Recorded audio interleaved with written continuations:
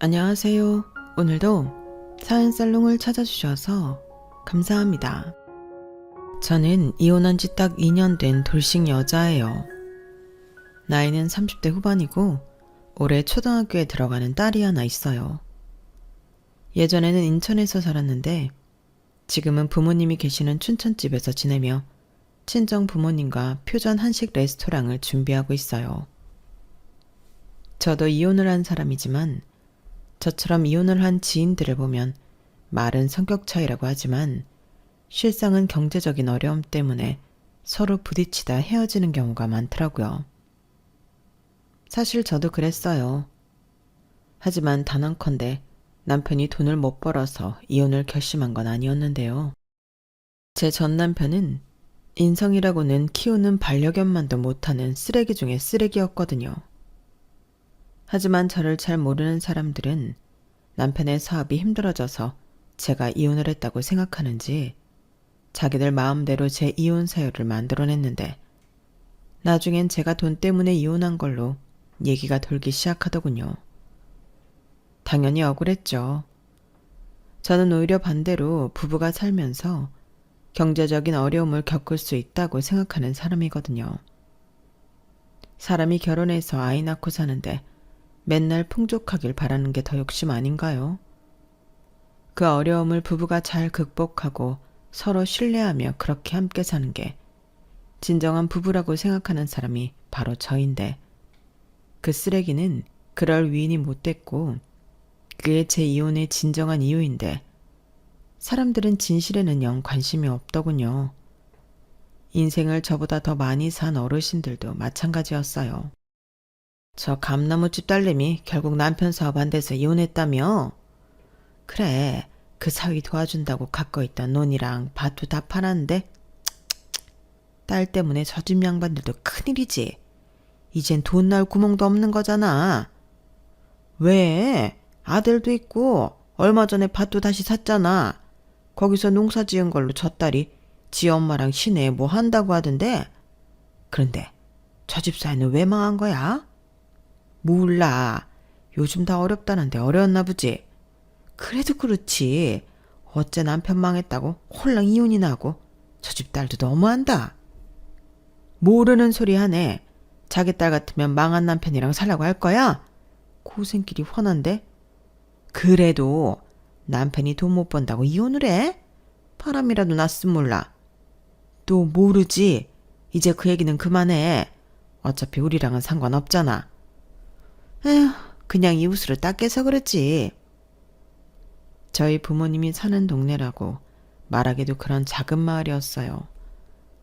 저희 엄마 표현에 의하면 할 일 없는 아줌마나 할머니들이 모여서 그렇게 남 흉을 보고 자기 자식들, 손주들 자랑을 하느라 정신이 없다고 했는데 제가 이혼하고 딸과 함께 친정으로 돌아오니 동네에서는 별의별 소문이 퍼져나갔는데요. 이혼은 흠이 아닌데 좁은 시골 동네에서는 제 이혼이 꽤 오랫동안 뜨거운 감자로 여러 사람의 입에 올랐는데요. 그래서 저희 엄마는 좋아하는 마실도 못 다니고 아빠도 집에서 두문불출하셨는데요. 잘 살지 못한 제가 죄인이었죠. 하지만 저희 부모님은 그런 저에게 절대 기죽지 말라며 저를 위해 주셨어요. 어깨 펴. 네가 뭐 죄 지었어? 엄마 아빠한테 죄송해서 그렇지. 나 괜히 여기 왔나 봐. 나 때문에 엄마 아빠가 이상한 말이나 듣고. 얘가 뭐라니? 여기 힘든 사람이 누가 있어? 당신 힘들어요? 엄마는 하나도 안 힘들어. 이혼이 범죄야? 그런 놈이랑 살다 범죄를 일으키는 거지. 잘했어. 오죽하면 네 아빠가 당장 헤어지려고 했겠냐?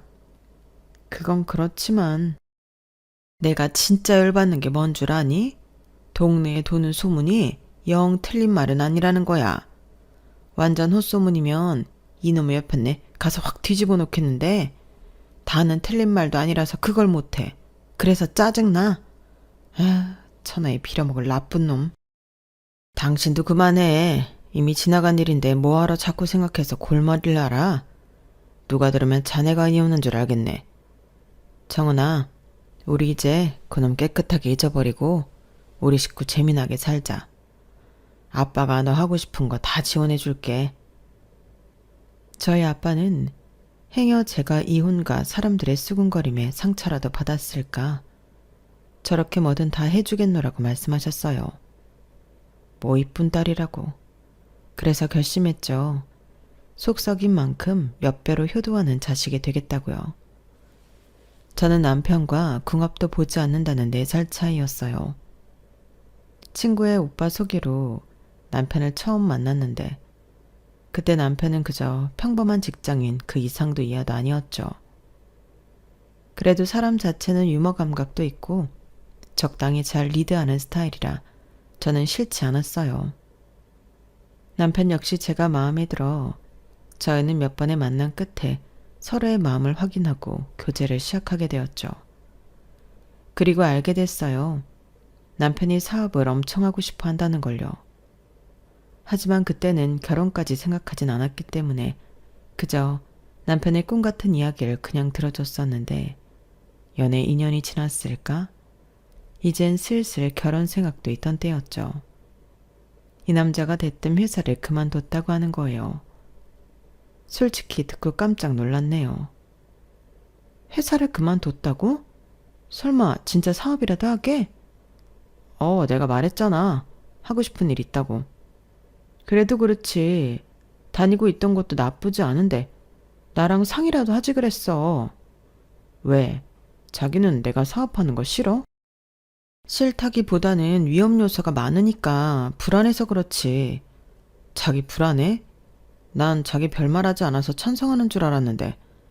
그래도 이렇게 된 거 나 한번 믿어봐. 자기도 이왕이면 나랑 결혼해서 사장 사모님 소리 들으면 좋잖아. 설마 나랑 결혼 안 할 생각은 아니지? 나 진짜 자신 있다. 돈 많이 벌어서 자기도 우리 부모님도 내가 진짜 호강시켜 줄 거야. 남편은 그렇게 말하고 활짝 웃었어요. 워낙 사업을 하고 싶어 한다는 걸 알았기 때문에 이미 엎어진 물, 달리 잔소리를 하고 싶지 않았는데요. 남편의 능력을 못 믿은 건 아니었지만 결혼을 생각하고 있어서인지 불안하긴 했어요. 그렇다고 결혼을 포기하고 싶진 않았는데요. 처음엔 그냥 단순히 재미있고 사람이 괜찮아서 만남을 지속했는데 2년 넘게 연애를 하니 제가 남편을 많이 좋아하게 됐어요. 남편은 만나면 만날수록 저랑 성격도 생각도 아주 잘 맞았거든요. 그래서 불안은 했지만 남편을 믿고 남편을 응원하기로 마음을 고쳐먹었어요.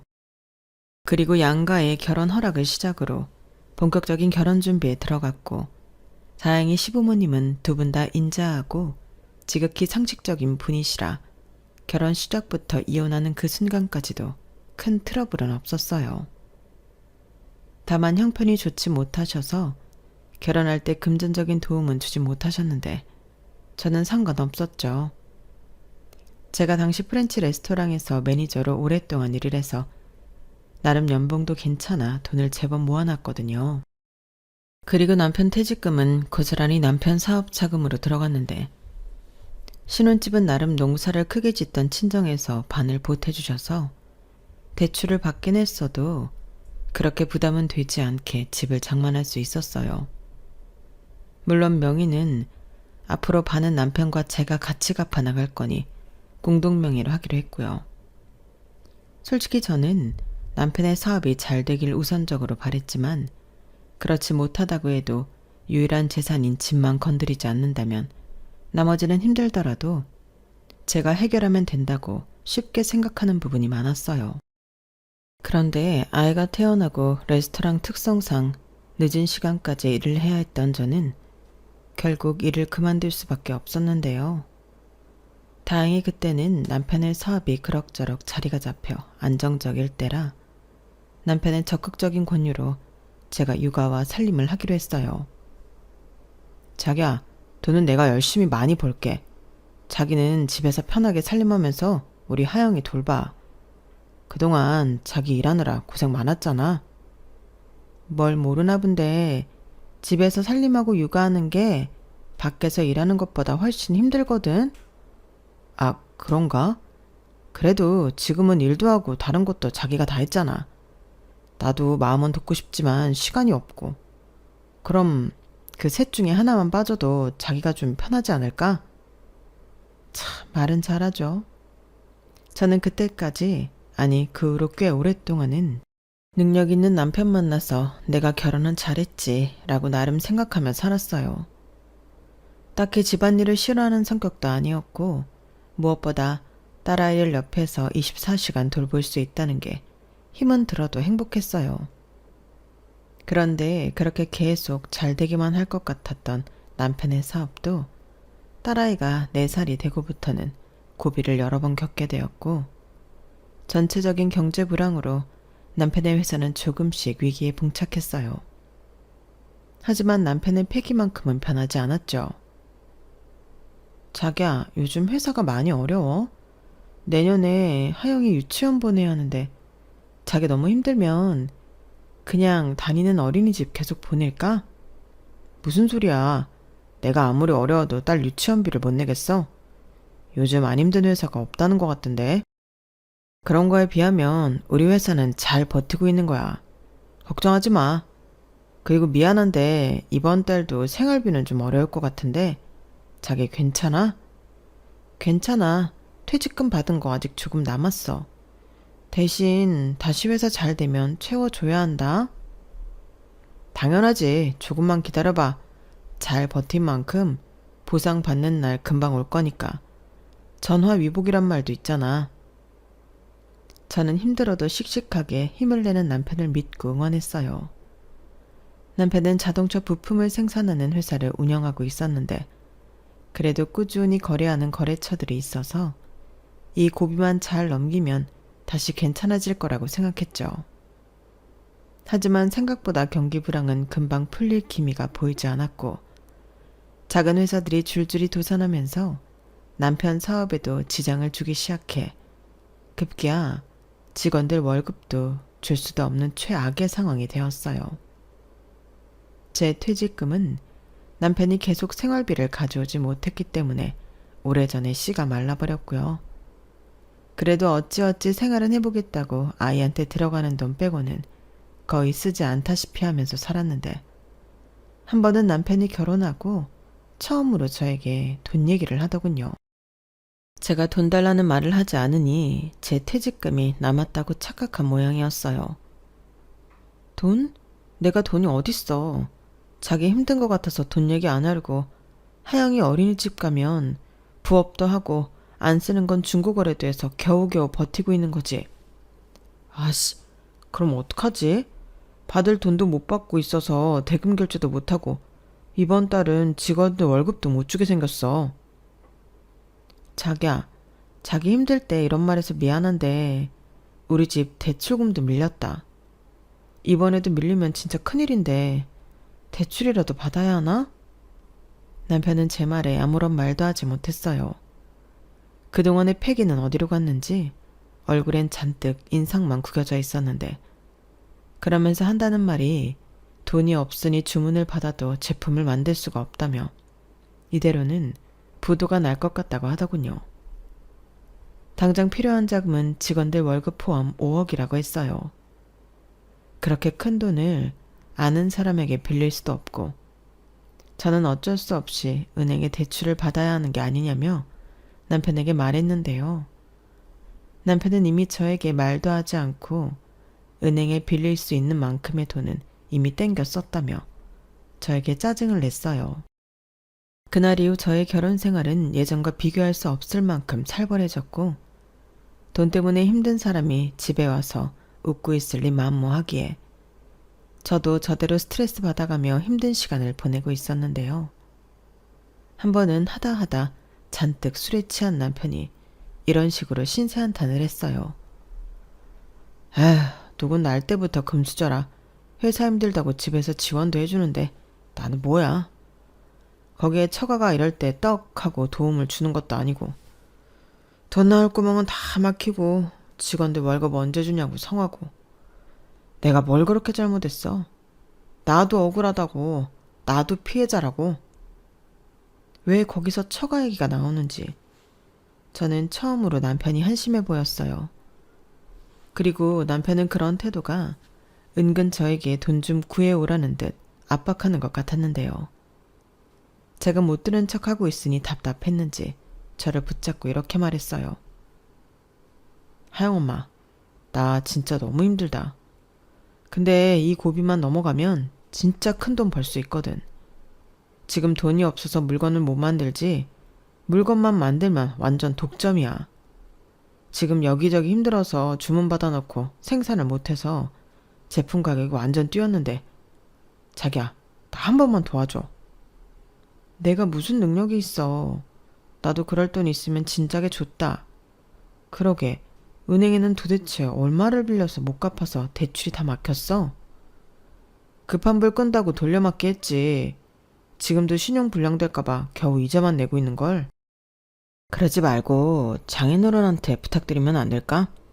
자기도 알잖아. 우리 집은 그럴 형편 못 되는 거. 우리 아빠? 우리 아빠가 그런 큰 돈이 어딨어. 당장 필요한 게 5억이라며. 장인어른 갖고 계신 땅 있으시잖아. 논이랑 밭이랑 그런 것들 팔면 5억은 넘지 않을까? 시골 땅이 팔아봤자 얼마나 된다고. 아니야, 땅값이라는 게 그렇지가 않대. 게다가 장인어른 갖고 계신 돈은 엄청 넓잖아. 이 사람은 벌써 저한테 말하기 전에 저희 아버지 명의의 땅들의 시세를 모두 파악하고 있었어요.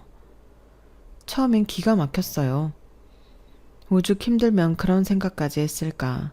그래도 남편이라고 짠하더라고요. 하지만 아무리 우리가 힘들다고 해도 부모님의 유일한 생계 수단이자 노후 대비인 땅을 팔고 도와달라고 할 수는 없었고, 저는 어쩔 수 없이 집 담보라도 필요한 자금을 빌리는 게 좋겠다고 남편에게 말했어요. 그러자 남편은 이 집은 안 되지. 우리 결혼하고 약속했잖아.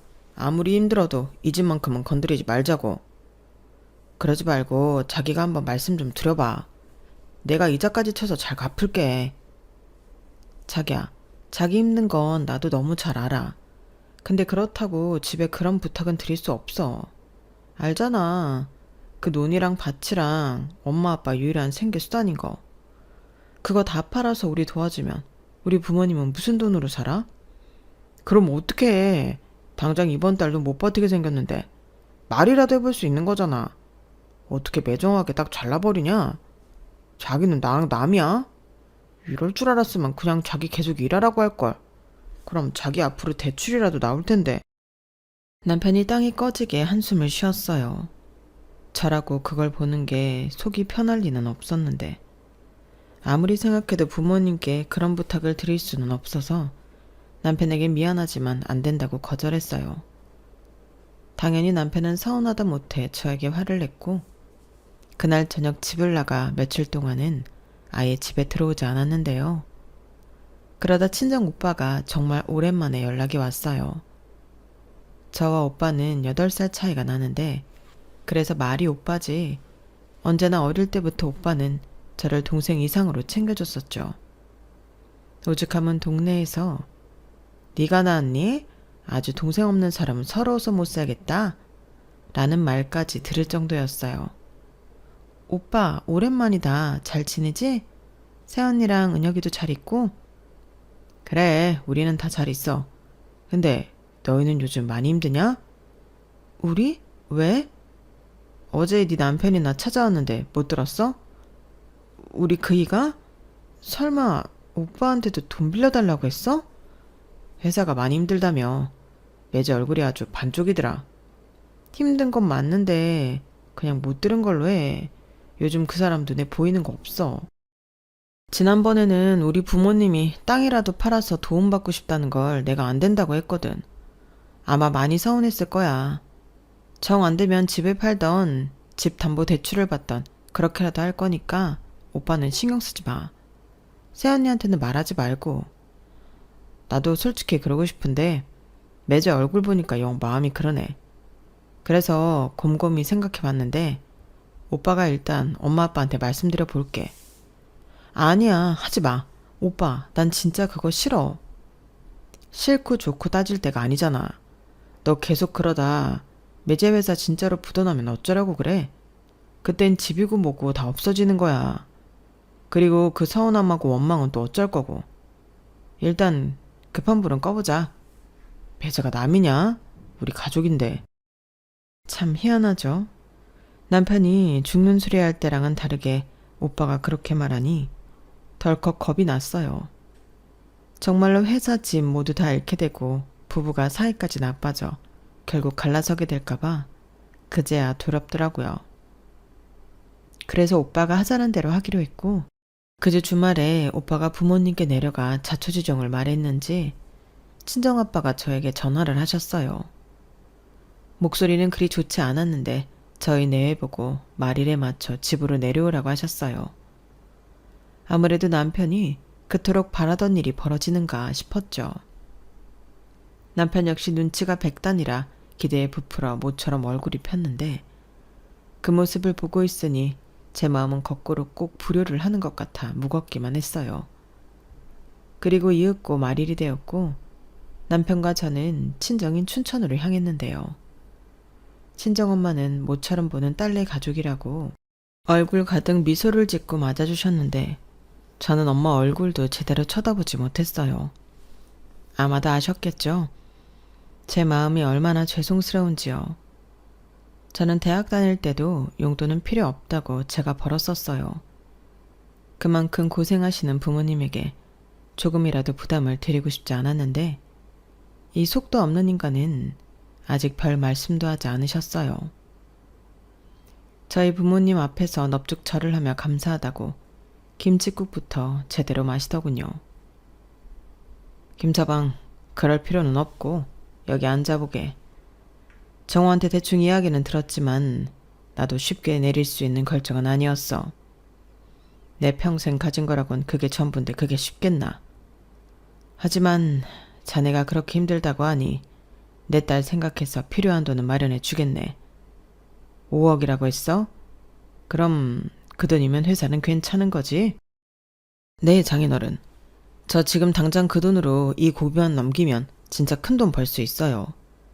지금 이 바닥이 이름 많은데 자금이 없어서 힘든 거거든요. 자금 문제만 해결되면 그 돈 제가 다 가져올 수 있습니다.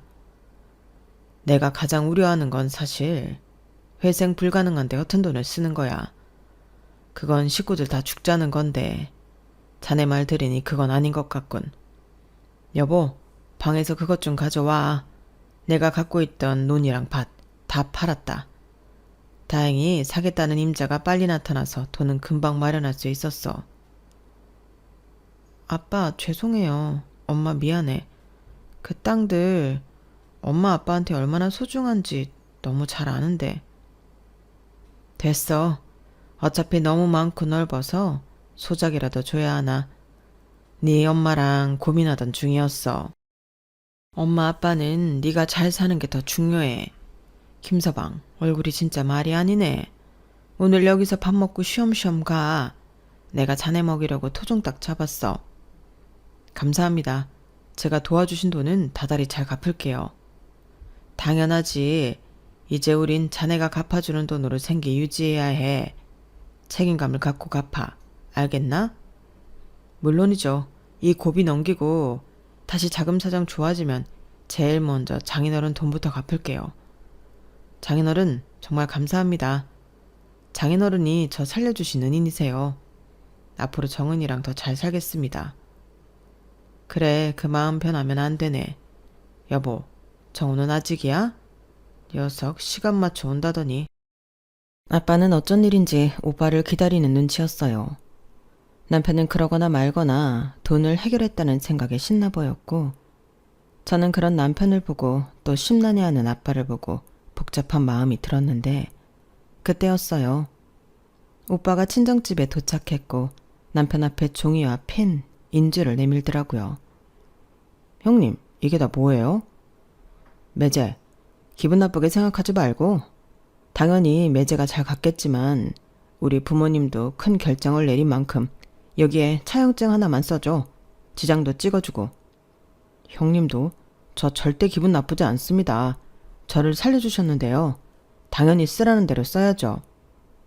그렇게 생각해준다니 다행이고 차용증에 돈 받을 계좌도 적어 바로 이체해 줄 테니까. 남편은 오빠가 돈을 이체해 준다는 말에 기쁨을 감추지 못하고 오빠가 불러주는 대로 차용증을 적어 내려갔어요. 그리고 야무지게 지장도 꾹 눌러 찍었는데 제가 옆에서 얼핏 내용을 들어보니 나름 오빠가 신경을 많이 쓴 것 같았는데요. 남편은 별 생각이 없어 보였어요.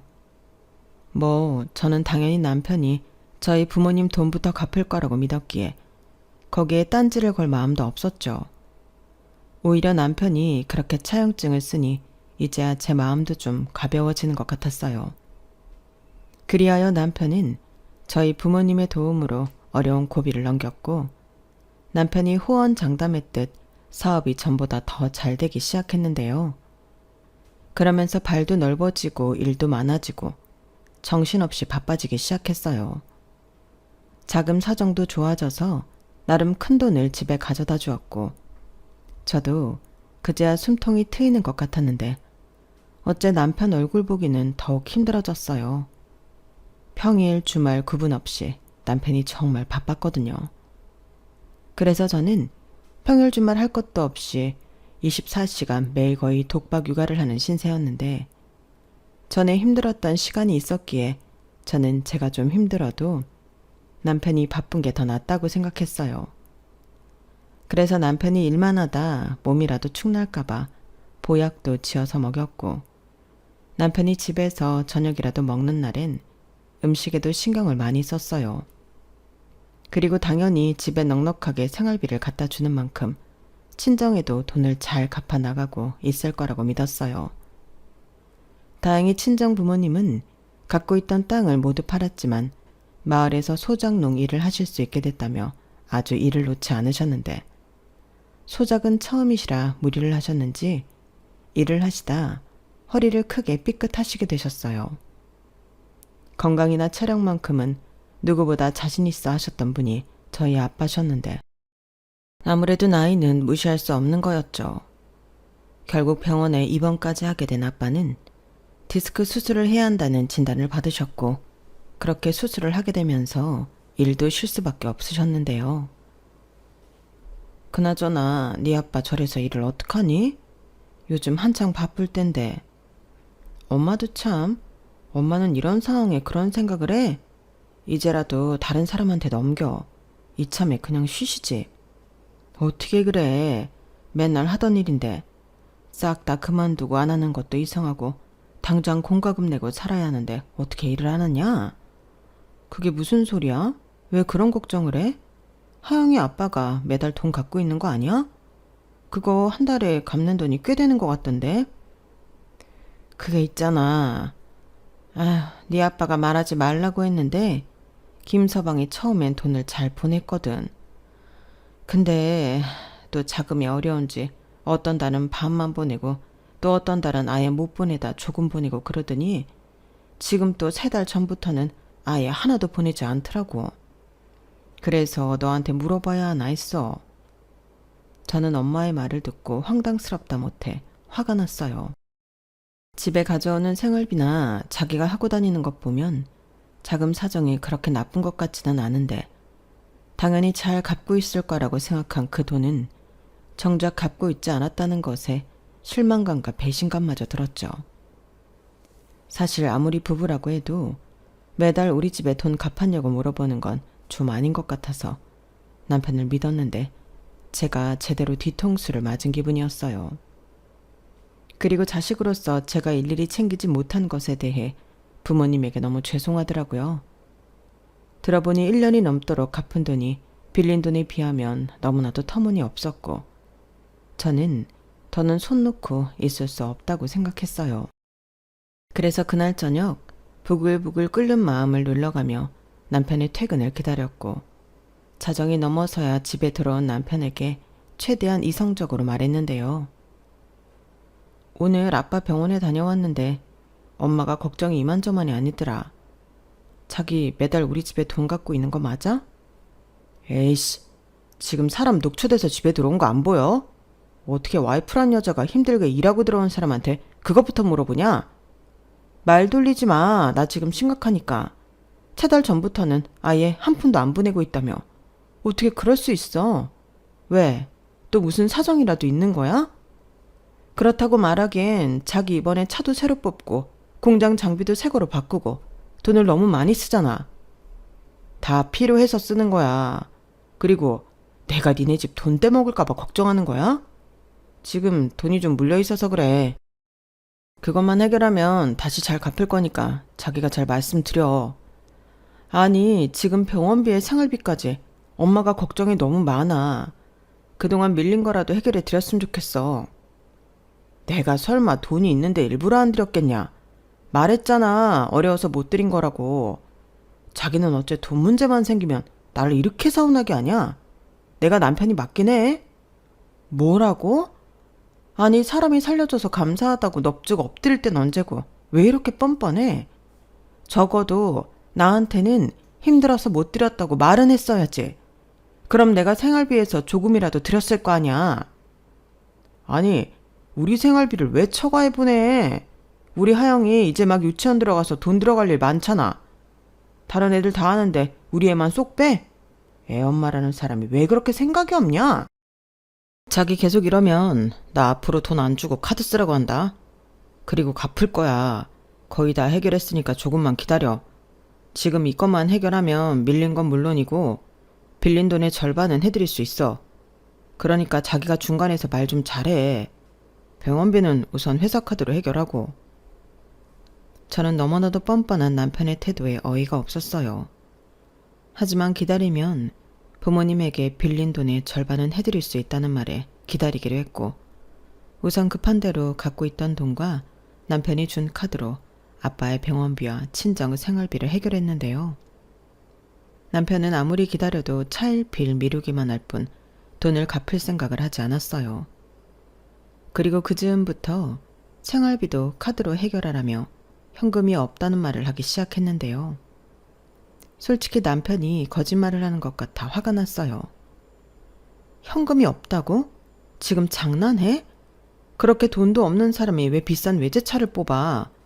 그래놓고 그 말을 나더러 믿으라고? 왜? 이제 다시 돈 좀 버니까 그 돈 갚는 게 아까워? 내가 말했지. 우리 부모님 그 땅 생계 수단이라 중요하다고. 됐고, 정 돈이 없으면 그 차 다시 팔아. 그럼 일부는 갚을 수 있겠네. 뭐? 진짜 자기 이럴 때 보면 얼마나 정 떨어지는 줄 알아? 그리고 내가 언제 땅 다 팔아서 도와달라고 했어. 자기 부모님도 그래. 논이든 밭이든 일부는 자기들 노후로 남겨뒀어야지.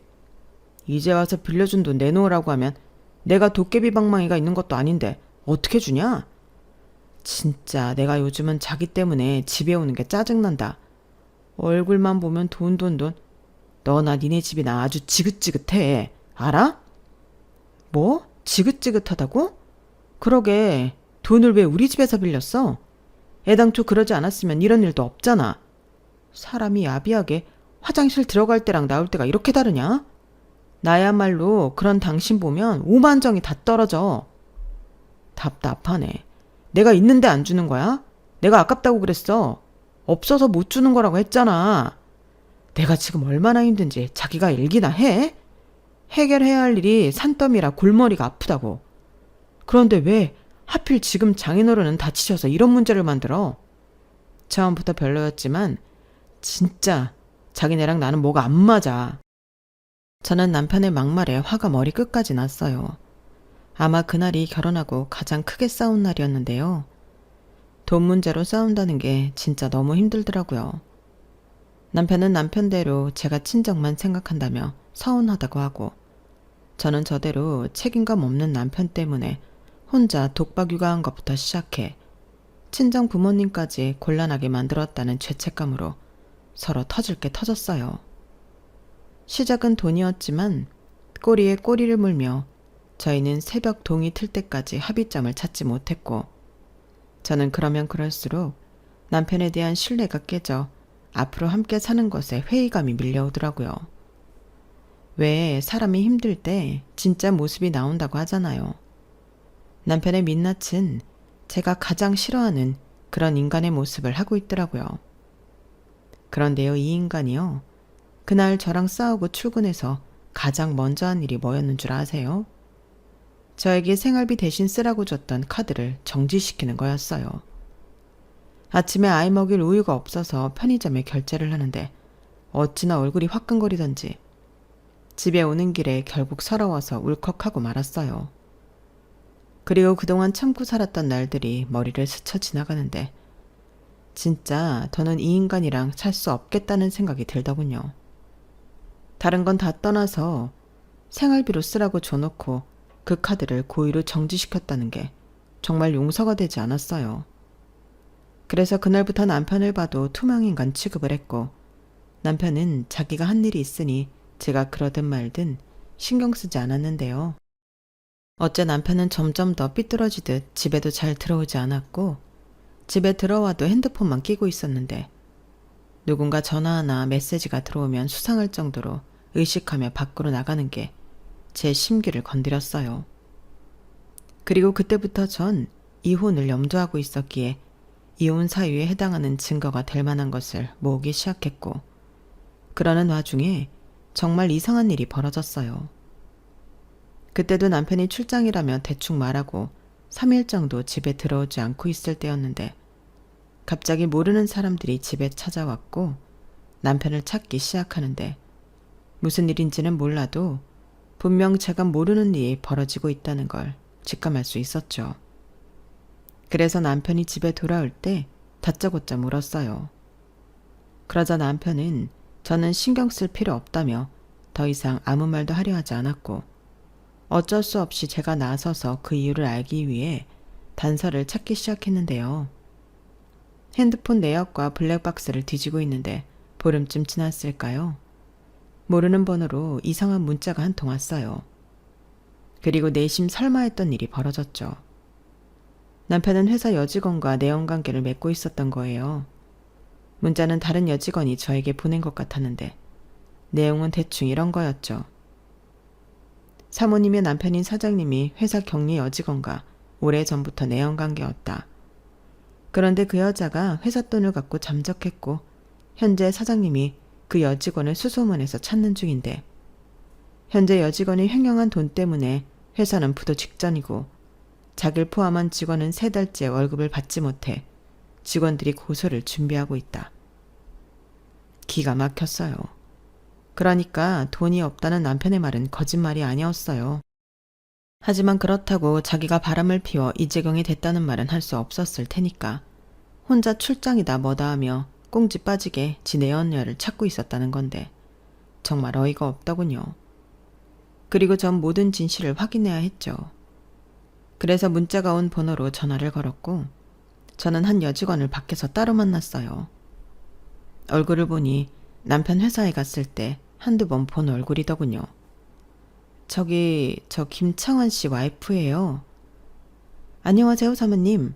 저는 사장님 회사에서 혜란 언니랑 같이 격리로 일하는 최민영입니다. 알아요. 얼굴 보니까 기억나네요. 그런데 이 문자가 다 맞다는 건가요? 네. 저도 진짜 이렇게까지는 하고 싶지 않았는데요. 더는 가만히 있을 수가 없어서요. 밀린 월급도 걱정이고 그 회사 돈 횡령한 혜란 언니 생각하면 화도 나서. 그 두 사람 언제부터인지 혹시 알아요?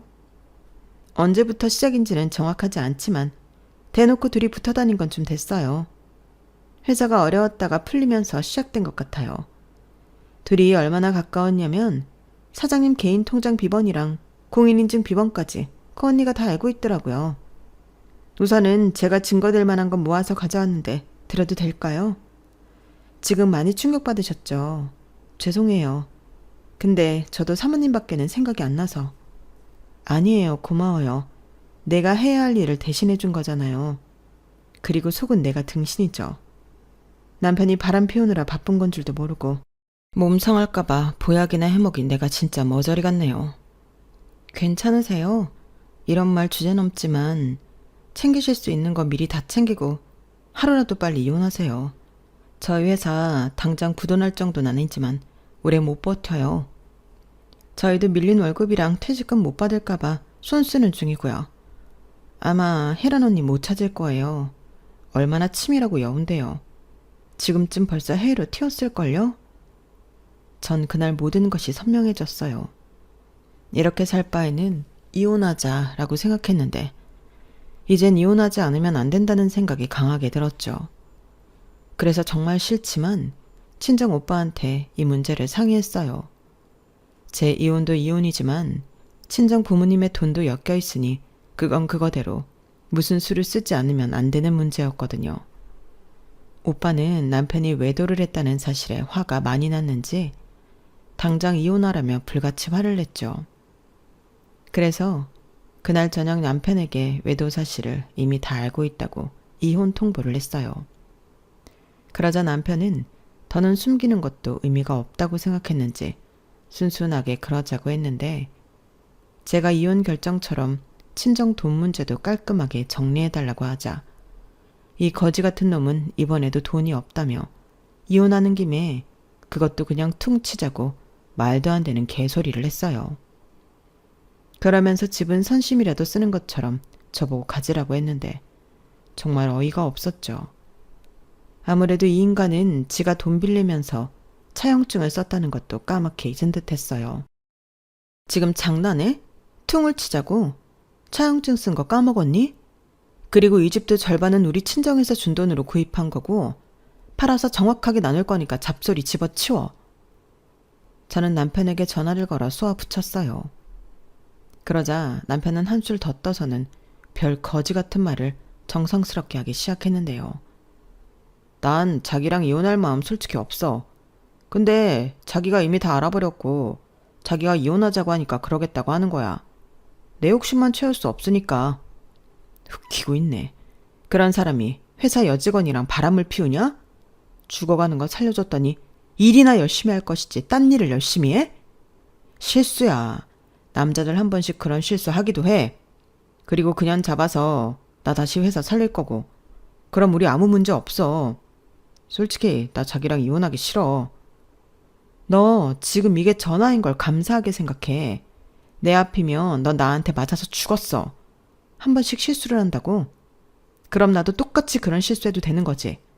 남자만 실수하라는 법 없잖아. 야, 그래도 여자랑 남자가 같냐? 지랄, 이럴 때 또 남녀를 따지냐? 됐어. 난 신뢰를 먼저 깬 너랑은 소송을 해서라도 절대 안 살아. 그리고 차용증 썼잖아. 너 우리 아빠가 좀 보자는데 그 차용증에 뭐라고 썼는지는 기억나니? 다달이 돈 잘 갚는다고 썼겠지. 근데 진짜 난 그냥 잡기 전에는 먹고 죽을래도 줄 돈이 없어. 법으로 걸어도 있는 게 없으니 어쩌지도 못할걸? 그리고 이 타이밍에 이런 말하는 거 웃긴 거 아는데 우리 자식 생각은 안 하냐? 무슨 엄마가 그렇게 이기적이야. 이기적이라고? 내가? 진정해. 지금 자기가 얼마나 화가 났을지 나 이해해. 내가 100번 1000번 잘못했어. 근데 감정적으로만 생각하지 말고 좀 현실적으로 생각해봐. 지금 자기가 일을 하는 것도 아닌데 나랑 이혼하면 하영이랑 당장 어떻게 살려고 그래? 이젠 장인어른 도움도 못 받잖아. 그렇다고 이번에는 형님한테 부탁할 거야? 안 닥칠래? 지금 우리가 가진 거라고는 딸랑 집 한 채가 다잖아. 그거 팔아서 나누면 뭐 얼마나 남겠어? 그러지 말고 지금은 힘들어도 우리 시간을 가지면서 풀 건 풀고 해결할 건 해결하고 예전처럼 행복하게 살자. 다행히 회사 돈 갖고 튄 년이 해외로는 안 나갔어. 가족 친척들 줄줄이 파다 보면 잡을 수 있다니까. 그럼 장인어른 돈도 해결해드리고 이제부턴 자기한테만 잘하는 애처가 남편 될게. 나 한 번만 더 믿어줘. 하영 엄마, 우리 헤어지지 말자. 나 자기 사랑해. 내가 닥치라고 했지? 사랑 같은 소리 하네. 애처가 남편? 야, 됐다 그래. 인간도 못 되는 게 애처가는 무슨. 너 애처가가 무슨 뜻인 줄은 알고 짓거리니? 남편은 아무래도 이혼하면 차용증 때문에 자기가 불리할 것이고 집도 공동명의라 뺏긴다고 생각해 일단은 저에게 숙이고 비는 걸 선택한 것 같았어요. 하지만 그 수가 저에게도 빤히 보이는데 등신처럼 또 당할 수는 없는 노릇이었고 저는 합의 이혼해주지 않으면 소송이라도 걸어서 이혼할 거라고 으름장을 놓고 집에 돌아와도 집안에는 들어올 수 없게 비밀번호도 바꿔놨죠. 그리고 오빠에게 모든 이야기를 들으셨는지 퇴원한 친정아빠가 남편에게 집으로 오라고 호출을 하신 모양이었는데 저는 그것도 모르고 친정엄마의 부름에 아이를 데리고 친정으로 갔어요. 그리고 빌어먹을 그 인간을 친정 대문에서 딱 마주쳤는데 이번에도 무슨 김칫국을 한 사발 처먹고 왔는지 돈도 없다면서 과일 바구니에 케이크 한우 세트까지 아주 바리바리 싸들고 왔더라고요. 기가 막혔죠. 뻔뻔하게 우리 친정 부모님이 이혼은 절대 안 된다고 저를 설득이라도 해줄 거라고 믿는 눈치였어요. 하지만 아니었죠. 집안에 들어가니 오빠까지 와서 분위기가 정말 살벌했는데 아빠가 먼저 말씀하셨어요. 듣자하니 아주 공사가 다 망했다고. 다른 여자까지 만나면서 회사를 말아먹고. 왜? 이혼은 하기 싫은가? 장인어른 죽을 죄를 지었습니다. 저도 제가 왜 그랬는지 모르겠어요. 너무 바빠서 미쳤나 봐요. 근데 저 지금은 진짜 정신 제대로 차렸습니다. 저 정은이 사랑해요. 정은이 너도 이 새끼 사랑하냐? 아니요. 저는 하루라도 빨리 정리하고 싶어요. 들었지? 나는 내 딸이 원하는 대로 해줄 참일세. 좋게 말할 때 내 돈 다 일시급으로 갚고 내 딸이랑 갈라서. 장인어른, 저 정말 이 사람이랑 헤어지면 못 살아요. 그리고 제가 당장 돈이 없어서 해결해드리지 못하는 거예요. 저도 당장 갖고 싶죠. 그래? 그럼 그 알량한 회사라도 팔아서 갚게. 정은이 너 사는 그 집 내놔라. 이놈 지분이라도 내가 챙겨야겠다. 장인어른, 정말 너무하세요. 지금 딱 죽기 직전인데 이렇게 희망을 다 뺏으셔야 속이 시원하세요. 제가 진짜 돈 나올 구멍이 있으면 당장이라도 드린다니까요. 그러니까 자네 말은 돈 나올 구멍이 없어서 내 돈을 못 갚는다. 그러면서 집은 절대 못 내놓겠다. 이게 지금 무슨 개똥 같은 소리야. 정호, 너 그 서류 가져와라. 공증 다 받아놨지? 그럼요. 채용순 든 다음날 제가 바로 공증 처리했어요. 공증이라뇨? 제 동의도 없이 어떻게 공증을 해요? 왜? 기억 안 나? 오빠가 다음날 공증해야 한다고 인감 달라고 했잖아. 근데 자기가 바쁘다고 나더러 대신 나가라며? 남편은 제 말을 듣고 얼굴이 새하얗게 굳어버렸어요. 채용증을 썼긴 했지만 어떻게든 무마할 심상이었던 게 확실했죠.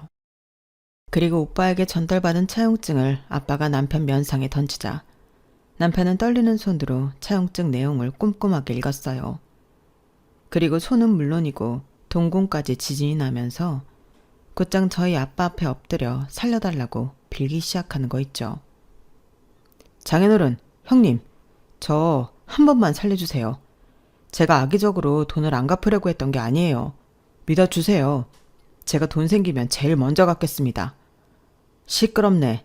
이번 주말까지 말미를 줄 테니 그런 줄 알고. 정우 너는 말미까지 해결이 안 되면 여기 적힌 대로 진행해. 그리고 자네가 끝까지 내 딸이랑 헤어지지 못하겠다면 그것도 법으로 해결할 테니 그런 줄 알아. 내가 할 말은 끝났으니 내 집에서 당장 꺼지게. 장인어른, 제가 정말 잘못했습니다. 하라는 대로 다 할게요. 머슴처럼 살겠습니다. 그러니 제발 저 좀 살려주세요. 제가 그런 큰 돈을 이번 주까지 어떻게 마련해요. 형님, 장모님. 여기서 나는 왜 찾아? 그러게, 누가 그렇게 살래? 당장 일어나. 엄마 문 열어요. 이 새끼 내가 데리고 나갈 테니까요. 그래, 나는 그참에 소금이라도 한 바가지 뿌려야겠다. 천하의 재수 없는 넌 감히 내 딸을 두고 딴짓을 해? 네가 그러고도 남편이고 애 아빠야. 저런 똥물에 튀겨 죽어도 성에 안 찰 놈. 그날 결국 남편은 저희 친정오빠 손에 질질 끌려 대문 밖으로 패대기 쳐졌어요. 그 인간이 사온 것들이랑 같이요. 거기에 저희 엄마가 소금까지 착착 뿌려댔으니 아주 꼴이 말이 아니었죠. 그리고 저는 방바닥에 놓인 남편이 좋다고 쓴 차용증을 읽어내려 갔어요. 그러자 저 인간이 왜 저렇게 빌고 또 빌었는지 알겠더라고요. 차용증에는 친정에서 빌려간 돈을 제때 갚지 않으면 남편 명의로 된 건 모두 압류하겠다는 내용이 적혀 있었어요. 대표로 있는 회사까지도요. 게다가 차용증에는 돈을 갚지 않을 경우 채무자 명의로 된 모든 재산을 압류하고 강제 집행함을 승낙한다는 내용이 있었는데 그 문장이 복잡할 것만 같던 이 문제를 간단 명료하게 끝내줘서 저는 남편의 재산을 손쉽게 압류 및 처분할 수 있었어요. 남편이 친정아빠가 준 그 말미를 다행히 지키지 못했거든요. 졸지에 저에게 모든 걸 뺏긴 남편은 이혼 소송에서도 지 뜻대로 되는 게 없었는데 그러자 인간이 정말 미친놈처럼 지랄 발광을 했어요. 그것 역시 법정에서 불리하게 작용해 상대적으로 저는 쉽게 원하는 바를 이룰 수 있었어요. 그리고 문제는 집이었죠. 집은 공동명인데 남편 지분은 압류가 되어 있으니 처분이 어려웠거든요. 그래서인지 남편은 절절한 마음으로 저에게 집을 넘겨줄 테니 회사랑 통장은 돌려달라고 사정을 했고 저는 의기양양하게 말했어요. 왜? 회사랑 통장 주면 뭐라도 해결될 것 같아? 근데 어떻게 자기 거래처 다 끊겼어? 거래처 대금도 이미 오빠 통해서 아빠가 가압류 통지서 보냈고 그 집 팔아도 당시 지분으론 5억 어림도 없지. 왜? 그동안 집값 많이 올랐잖아. 그동안 내가 갚은 게 얼만데. 계산 똑바로 해.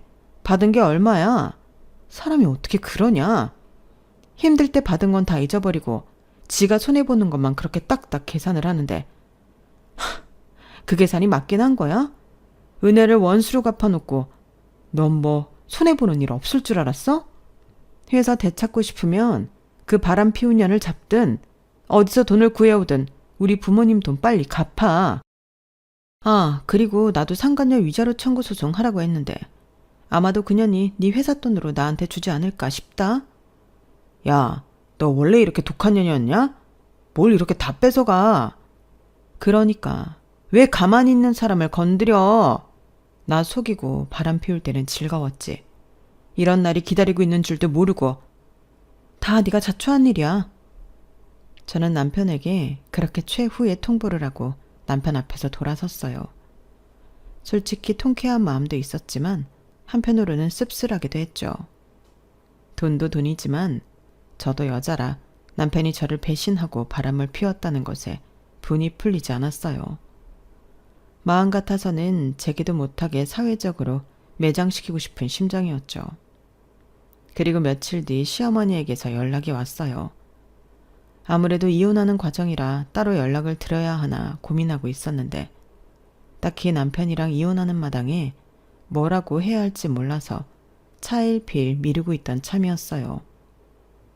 그리고 남편은 그동안 있었던 그 어떤 일도 자기 집에는 알리지 않았다는 걸 저는 그때 알았는데요. 뒤늦게 모든 사실을 난 시어머님이 꽤 충격받으신 듯 울먹이며 이렇게 말씀하시더군요. 하영애미야, 내가 정말 너한테 미안해서 몸둔 바를 모르겠다. 나는 그냥 잘 지내고 있는 줄만 알았지. 우리가 뭐 도움 준 게 하나도 없으니 염치 없어서 제대로 연락도 못했는데 정말 미안하다. 내 아들 때문에 너 많이 속상했지? 다 내 죄다.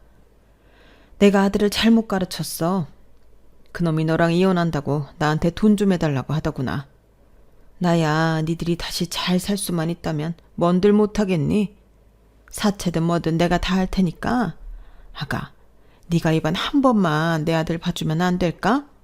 네가 그렇게만 해준다면 내가 너한테 진짜 잘할게. 어머니, 이건 저랑 창환 씨의 문제예요. 어머님은 아무 잘못 없으시잖아요. 그러니까 저는 어머님의 사과까지는 받고 싶지 않아요. 저 표현은 잘하지 못했지만 어머님 진짜 좋아했어요. 때 되면 김치도 보내주시고 제사도 오지 말라고 저 신경 써주시고. 근데요 어머니, 부부 사이에 신뢰가 한번 깨지면 그땐 돌이킬 수 없는 거잖아요. 거기에 그 사람은 저희 부모님에게 받은 은혜도 너무 가볍게 져버렸어요. 제가 이미 그런 사람이라는 걸 알아버려서 저는 더는 그 사람이랑 살 수 없을 것 같아요. 죄송해요. 죄송은 무슨. 네 말이 맞다. 내가 미안하다. 살면서 더 잘해주지 못해 미안하고 그런 아들의 미라 미안해. 네 마음 충분히 알았다. 너 힘든데 나까지 보태지 않으마. 밥 잘 먹고 건강해라. 시어머님은 그렇게 전화를 먼저 끊으셨어요. 그리고 다음날 시어머님에게 무슨 말을 들었는지 이 인간은 친정까지 다시 쫓아와 재결합을 하자며 손이 발이 되게 빌었고, 끈질긴 남편놈에게 이번에도 저희 엄마는 물바가지로 은혜를 베푸셨어요. 그러게 진작 받은 은혜에 감사하고 사업도 가정도 성실하게 돌봤으면 이렇게 다 뺏기고 물벼락까지 맞지 않아도 됐을 텐데. 저는 그런 남편의 모습도 더는 보고 싶지 않아 변호사를 통해 접근 금지 신청을 해버렸고, 공동명의로 된 집도 처분해서 아이 양육비 일시불로 챙겼는데요. 그렇게 너무하다 싶을 정도로 남편에게서 뺏을 수 있는 건 모조리 뺏고 문제를 정리했어요. 저희 부모님 돈도 해결해 드렸고요. 그리고 빚만 잔뜩 하는 그 회사는 남편에게 돌려줬는데, 결국 우려했던 대로 남편의 회사는 부도가 났고, 직원들이 밀린 급여와 퇴직금을 청구 소송해 빚만 잔뜩 떠안고 여기저기 빌붙는 신세가 돼버렸다 하더군요. 그 뒤 저는 차근차근 상간녀 위자료 소송을 준비했고, 회사 돈을 챙겨 도망간 만큼 돈으로 합의하자며 연락이 왔어요. 그 여자도 참 뻔뻔하더라고요. 그런 쪽으로는 둘이 천생연분이 따로 없었는데, 그리하여 저는 소송까지 갈 것도 없이 그 여자한테 위자료도 챙겼고, 분풀이는 제대로 한 셈이 되었지만 어쩐지 제 안에는 다 해소되지 못한 감정들이 남았어요. 딸은 아직 어리긴 했어도 이미 모든 걸 다 아는 눈치였어요. 남편에게 복수하느라 불안했을 딸을 온전히 챙기지 못해 미안했는데, 사실 앞으로가 더 막막했죠. 하지만 그렇다고 같이 살 수는 없는 그 인간과 계속 가정을 유지하고 사는 것은 최악이라고 생각했어요. 그리고 최고의 복수는 저와 딸이 남편 혹은 아빠 없이도 잘 먹고 잘 사는 거라고 생각했는데, 언젠가는 제 딸도 이런 엄마의 마음을 이해하는 날이 오겠죠. 그래서 저는 매일매일 딸을 위해서라도 멋지게 제 2의 인생을 살겠다고 다짐했습니다. 그렇게 고민을 하다가 어느 날 문득 친정 부모님과 레스토랑을 해보면 어떨까 하는 생각을 하게 됐어요. 저희 엄마가 음식 솜씨가 정말 좋거든요.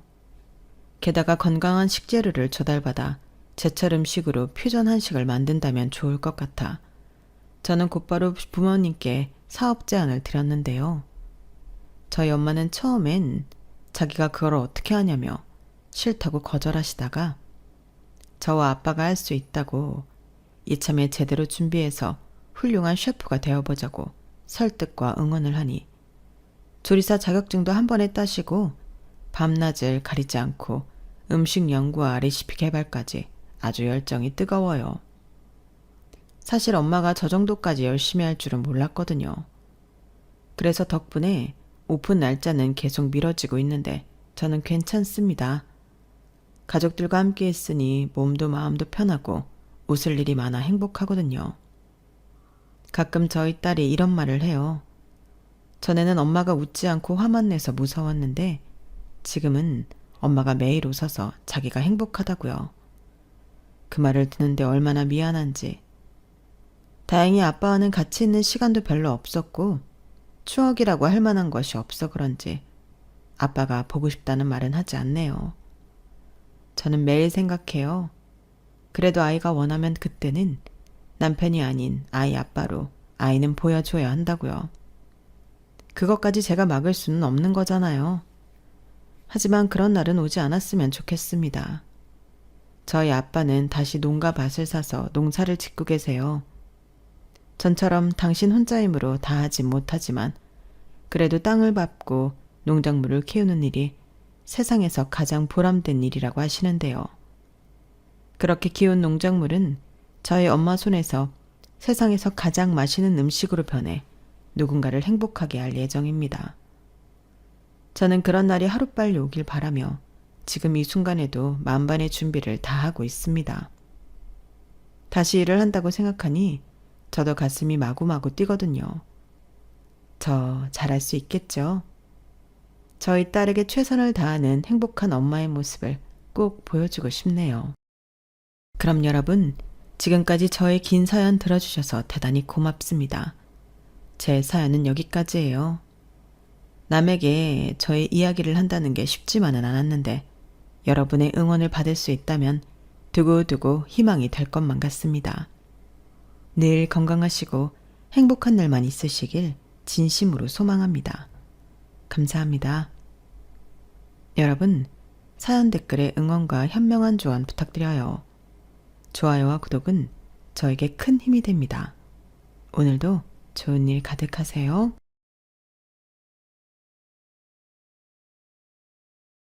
안녕하세요. 오늘도 사연 살롱을 찾아주셔서 감사합니다. 저는 30대 후반 여자 사람이에요. 어려서부터 공부를 꽤 잘한 저는 좋은 대학교에 가서 누가 봐도 괜찮은 직업을 가져야겠다고 생각하며 열심히 학창시절을 달려왔어요. 남들 놀 때 공부하고 남들 공부할 때도 열심히 공부를 했죠. 수능을 보고 합격 발표가 난 날 아빠는 정말 장하다며 눈물을 흘리셨고 그야말로 저희 집은 경사였어요. 제가 의대에 합격을 했거든요. 제가 공부를 잘하는 건 모두 다 알았지만 그래도 이 정도로 잘할 줄은 몰랐다며 동네에서도 난리가 났고 늘 제 뒷바라지만 하던 부모님께 효도를 한 것 같아 너무 기뻤어요. 그렇게 전 대학생이 되었고 도시에서 학교를 다니게 되었죠. 부모님이 저의 뒷바라지를 계속 해주고 계셨지만 그럼에도 생활비는 많이 빠듯했어요. 주연아, 오늘도 끝나고 아르바이트 가?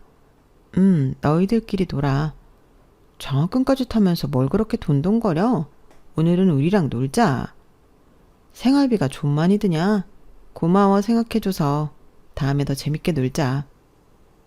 친구들은 모두 몰려다녔지만 가정에 조금이라도 보탬이 되려면 아르바이트를 했어야 했어요. 우리 딸 힘들지? 아빠가 용돈 넣었다. 먹고 싶은 거 굶지 말고 다 사 먹어. 아빠 왜 이렇게 많이 넣었어? 힘들면서. 이 정도는 기본이지. 그러니까 공부에만 전념해. 의사 선생님 되기 쉽니? 아빠도 힘들면서. 고마워요. 우리 딸이 있어서 힘든 거 없어. 시골에서 돼지 농장을 운영하는 아빠였기에 수입이 일정치 않았고 그마저도 빚이 많았어요. 그렇기에 제 뒷바라지 하는 것이 얼마나 힘들지 알고 있었죠. 주연아, 너 과외짜리 찾는다고 했지? 혹시 아는 곳 있어? 내 사촌 동생네거든. 소개시켜줄게. 학교에서 이것저것 생활을 하려면 돈도 만만치 않게 들어가야 했기에 전 친구가 소개시켜준 과외를 하기 시작했어요. 다행히 똑똑한 고3 남자 학생의 과외였기에 가르치는 재미도 있었죠. 주연 학생, 이거 좀 먹고 해. 우리 은수가 주연 학생 덕분에 성적 많이 올랐잖아. 은수도 원래 잘하는 친구인걸요. 말도 참 예쁘게 하고 내가 이번 달엔 더 넣었으니까 한번 확인해봐. 사모님 매번 감사해요. 아니야. 우리 조카 친구이기도 하고 은수도 워낙 잘 따르니 내가 고맙지? 학생의 어머니와도 정말 잘 지냈어요. 그리고 그 학생을 1년 과외를 봐줬고 저 역시 생활비에 많은 보탬을 할 수 있었죠. 그리고 제가 가르친 그 학생은 저희과 후배가 되었고 오다 가다 참 많이도 마주쳤어요. 정말 반가웠고 이렇게 학교 와서 보니 어린 느낌은 없더라고요. 이제 누나라고 부를게요. 선생님도 아니잖아요. 그래. 그래도 워낙 네가 기초가 탄탄했어서 진짜 다행이었어. 다음에 보자. 한두 번 마주쳤지만 예전과는 다른 느낌이 들었고 서서히 가까워지기 시작했어요. 그리고 저희는 연애를 하였죠. 대박! 니네가 둘이 사귀다니? 내 사촌 동생이랑 내 친한 친구랑 이게 웬일이야? 엄마한테는 비밀이야 누나. 그래 알겠다. 내 친구 진짜 좋은 애야. 그러니까 잘해줘. 다행히 친구는 참 기뻐해 주었어요. 힘들게 공부하랴 아르바이트 하랴 지쳤던 제 시간 속에 남자친구는 큰 위로가 돼주더라고요. 그리고 제가 먼저 졸업을 했고 인턴 수련을 할 때쯤 남자친구 집에서도 저희의 교제 사실을 알게 되었어요. 서로 너무 좋아했던지라 미래까지 약속한 사이였는데 제가 가르친 학생의 어머니로만 보다가 남자친구의 어머니로 마주하게 되니 조금은 불편했어요. 그건 어머니도 마찬가지였고요. 기 막혀. 언제부터예요? 아, 은수 대학교 입학하고 학교에서 종종 보면서 가까워졌어요. 선생이 학생 꼬셔도 되는 거예요? 아니, 그리고 내가 얼마나 가해 선생 챙겼는데 이렇게 뒤통수를 쳐. 어머니가 불편하실 감정이라는 거 잘 알겠지만 그래도 이 정도이실까요? 당연하지. 내가 우리 조카한테 듣기론 사는 게 어렵다며. 사는 게 어렵지만 저희 부모님이 저를 힘들게 한다거나 하시진 않으세요. 오히려 뒷바라지 많이 해주셨어요. 그 좋은 의대 다니면서 과외하러 다니는 거 보고 어렵겠다 싶었는데 내 하나밖에 없는 아들이 없는 집에 장가 가야 한다면 누가 좋아하겠어? 어머니, 그래도 저랑 은수 예쁘게 봐주시면 안 될까요? 얌전한 고양이가 부뚜막에 먼저 올라간다더니 우리 아들 꼬여내고 예쁘게 봐줘? 과외 선생, 진짜 뻔뻔하구나. 배경보다 사람을 봐주셨으면 해요. 우리는 끼리끼리 상종하는 집안이라고. 면전에 대고 저리 말씀하시는 어머니께 할 말이 없었어요. 뭐 지금은 간단히 사귀는 거니까 이 정도 하는데 사귀기만 해요. 어차피 내 아들도 졸업하고 하면 과외 선생 같은 여자보다 더 나은 여자 만나겠지. 그날 그렇게 할 말만 하시고 가셨죠. 너무 벙찌고 수치심이 들었어요. 누구보다 열심히 달려온 내 자신인데 모욕을 겪었다고 생각했거든요. 미안해. 이모가 하도 너 다니는 병원 얘기하라고 해서. 아니야, 괜찮아. 어차피 아실 거였어. 우리 이모 대단하지? 안 봐도 비디오다. 과외할 때도 느꼈는데 은수 정말 많이 생각하시는 것 같더라. 시험관으로 8년 만에 얻은 금쪽 같은 아들이잖아. 어떻겠어. 이모 이혼할 뻔했는데 아들 때문에 다시 사는 거였거든. 아, 이런 말까진 비밀이야. 정말? 나 같은 집안의 여자가 눈에 안 차실 만도 하겠네. 이모가 별나서 그렇지. 너무 상심마. 그래도 막상 이렇게 대놓고 싫다고 하시니 신경은 쓰이네. 은수랑 장난으로 만나는 게 아니니까. 내가 시간 날 때 잘 얘기해 볼게. 어렵게 얻은 귀한 아들이니 더욱 사랑이 크시겠다 싶었어요. 결혼은 그때 당시 생각도 못했을 때라 신경은 쓰였지만 일단은 넘어갔어요. 하지만 남자친구가 졸업하고는 얘기가 달라졌어요. 빨리 안정적인 가정 꾸리고 싶어. 우리 결혼하자. 한평생 내가 잘해줄게. 말은 고마운데 나 자신 없어. 우리 집 사는 형편 뻔히 아시잖아, 어머님이. 그래도 내가 좋아한다고 강력히 얘기하면 당연히 허락해 주실 거야. 내 행복이 우선인 분이시거든. 오래 연애를 했고 남자친구가 좋았기 때문에 고민이 참 많이 되었어요. 그리고 한참을 고민하던 때 아빠에게 사고가 있었고 저희 병원 응급실에 오시게 되었죠. 당연히 아빠 걱정에 응급실에 갔는데 남자친구가 먼저 아빠를 살뜰히 챙겨주고 있었어요. 젊은 친구가 서글서글하니 참 성격 좋네. 우리 딸도 여기 근무하는데. 아, 잘 알죠. 신주연 선생님 맞죠? 허이고 우리 딸을 알아요? 그럼요. 제 여자친구입니다, 아버님. 당당히 아빠에게 제가 여자친구라고 말하는 남자친구였죠. 아니, 우리 딸한테 이런 멋진 남자친구가 있었단 말이야? 주연 씨가 누굴 닮아 미인인가 했더니 아버님 쏙 빼닮았는데요. 말씀 편안히 하세요. 그리고 치료 받으실 동안 불편한 거 있으시면 저한테 얘기하세요. 아빠는 정말 좋아하시더라고요. 딸이 하나밖에 없어서 그런지 서글서글한 남자친구 성격을 참 좋아하였고 응급실에서 병동으로 입원 후 퇴원할 때까지 남자친구는 아빠를 살뜰히 챙겼어요. 아빠, 내려가서 무리하지 말아요. 걱정 마. 아, 근데 그 친구 너 많이 좋아하는 것 같더라. 잘해봐. 은수씨 마음에 들어? 그럼 사람이 참 선하고 싹싹해. 내가 바라던 네 짝이야. 나 그럼 결혼할까? 그럼 좋지. 대번에 좋다고 하는 아빠의 말에 놀랐어요. 그리고 이렇게까지 아빠가 좋아해 주시니 참 좋았죠. 남자친구와의 결혼은 먼 이야기라고 생각했는데 이 일을 계기로 남자친구를 평생 의지하면 참 좋겠다 싶더라고요. 넘어야 할 산이 많았지만 그럼에도 욕심이 나는 남자였어요.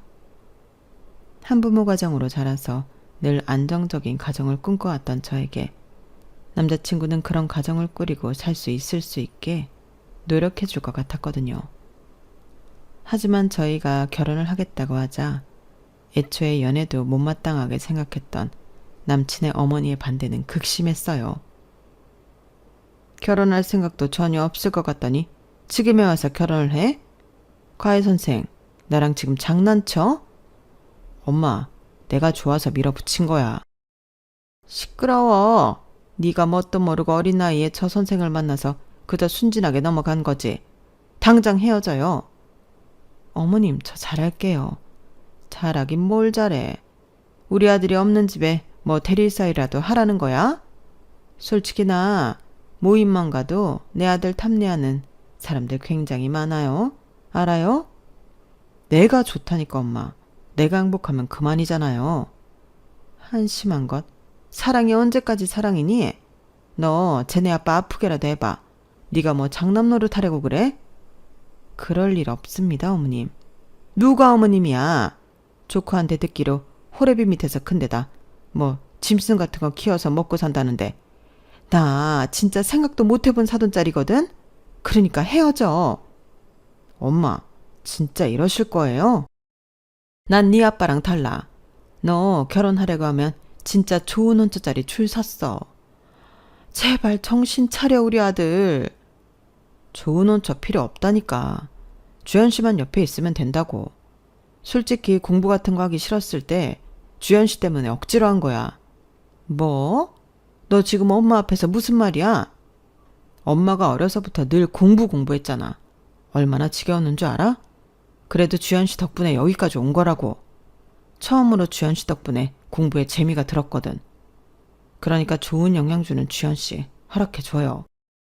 그러나 생각보다 반대는 완강했고 저 역시 너무나도 큰 반대에 상처를 받았죠. 하지만 남자친구는 저와 결혼 허락을 받기 위해 병원을 그만두겠다는 둥 어머님에게 초강수를 두기 시작했어요. 내가 널 어떻게 의사 만들었는데 이럴 거야? 나 주현 씨랑 결혼 못하면 아무 의미 없어. 태어나서 그렇게 좋아한 사람 처음이야. 그러니까 허락해줘요. 잘 살게. 엄마 죽는 걸 보려고 그래? 지금이야 좋다지만 없이 사는 집 처가로 두면 너만 번번이 힘들어 이거사. 다 너 위해서 그러는 건데 이럴래? 그런 건 아무 상관없어. 내가 좋다잖아. 네가 도대체 어떤 것에 홀려서 이래? 반대가 극심했던 어머니는 결국 마지못해 허락을 해주셨어요. 하지만 제가 아무리 의사여도 이제 막 시작하는 인턴이었기에 큰돈은 없었는데 시어머니는 작정한 듯 종이에 혼수 목록을 가득 써서 주셨죠. 그래도 나름 의사니 이 정도는 가능할 테지. 이런 것도 못하면서 욕심은 부리지 말아야지. 저 이제 막 시작한 사회초년생이에요, 어머님. 이건 저한테 너무 과합니다. 그럼 아버지한테 해달라고 해라. 너 우리 집이 어떤 집인 줄 알고 이렇게 시집 온다고 한 거니? 그래도 이건 너무하세요. 그럼 때려쳐. 네가 설득해. 우리 아들 책임지고 마음 돌려놓으라고. 이제라도 헤어지기를 바란다는 듯 시어머니는 강경하게 나오셨어요. 저 역시 이렇게 팔려가듯 돈으로 때우는 결혼은 하고 싶지 않아 남자친구에게 이별을 고했죠. 하지만 웬일인지 친정아빠는 제가 일하는 곳에 올라와 그날 뭘 아신다는 듯 통장을 하나 주셨어요. 오늘 제 하루를 다 아는 것처럼 말이죠. 아빠, 이게 뭐야? 그래도 나한테 딸이 너 하나인데 이 정도도 못 해줄까 봐? 결혼하는데 보탰어. 아무리 네가 의사라지만 사회초년생이 돈이 어디 있겠어. 아니야 괜찮아. 적당히 맞춰서 하면 돼. 글쎄 받아두라니까. 아빠가 돈이 어딨다고 그래. 너 나중에 평생 혼자 살 거 생각한 줄 알아? 그래도 결혼은 할 테니까 예전부터 안 쓰고 한 푼 두 푼 모은 거야. 그럼 이거 꼭 가지고 계시다가 아빠 노후에 보태 쓰세요. 거절하는 저에게 계속해서 통장을 내미는 아빠였어요. 엄마가 돌아가신 뒤 저 하나 제대로 키워보겠다며 귀농해서 소도 키우고 돼지도 키우는 아빠가 얼마나 힘들게 일하시는지 알기 때문에 마음이 참 아팠죠. 그리고 마지막까지 참 못난 딸이다 싶었어요. 네가 언제 시집가던 이건 꼭 해주고 싶었어. 공부하면서도 돈 얘기도 맨날 눈치 보면서 하는 너한테 얼마나 미안했는 줄 알아? 그래도 이렇게 좋은 사람 만나 결혼한다고 하니 마음이 좋아. 아빠가 이제 마음이 가벼워졌어. 아빠 고마워. 나 진짜 잘 살게. 그렇게 전 아빠에게 참 고맙고 미안한 눈물이 흘렀어요. 그리고 다행히 제가 헤어지자고 했지만 끝까지 저를 붙잡아준 남자친구 덕분에 저희는 결혼을 준비해 나갔어요. 제가 모은 돈과 아빠가 도와주신 자금으로 혼수도 마련할 수 있었고요. 설마 혼수한다고 빚낸 거 아니지? 우리 아들 빚쟁이 집구석에 장가가는 건 더 용서 못한다. 알겠어? 그런 거 아니에요. 어머님은 원하시는 거 받기만 하면 되잖아요. 살면서 친정 들락날락하지 말아라. 뭐 좋은 꼴 볼 거라고. 알겠니? 없이 사는 친정은 도움이 하나도 안 된다며 저에게 말씀을 하는 시어머니에게 너무나도 서운했어요. 하지만 그것의 1000배, 100배로 남자친구는 저에게 정말 잘했고 시골에 있는 아빠에게도 정말 잘했죠. 이거 아버님 보약. 내 친구 한의사잖아. 내가 우리 아버님 힘들게 일하시는 거 뻔히 알고 미리 지어놨어. 이번 주에 내려가서 약 전해드리고 오자. 바쁠 텐데 언제 이렇게 준비했어? 바빠도 아들 노릇은 해야지.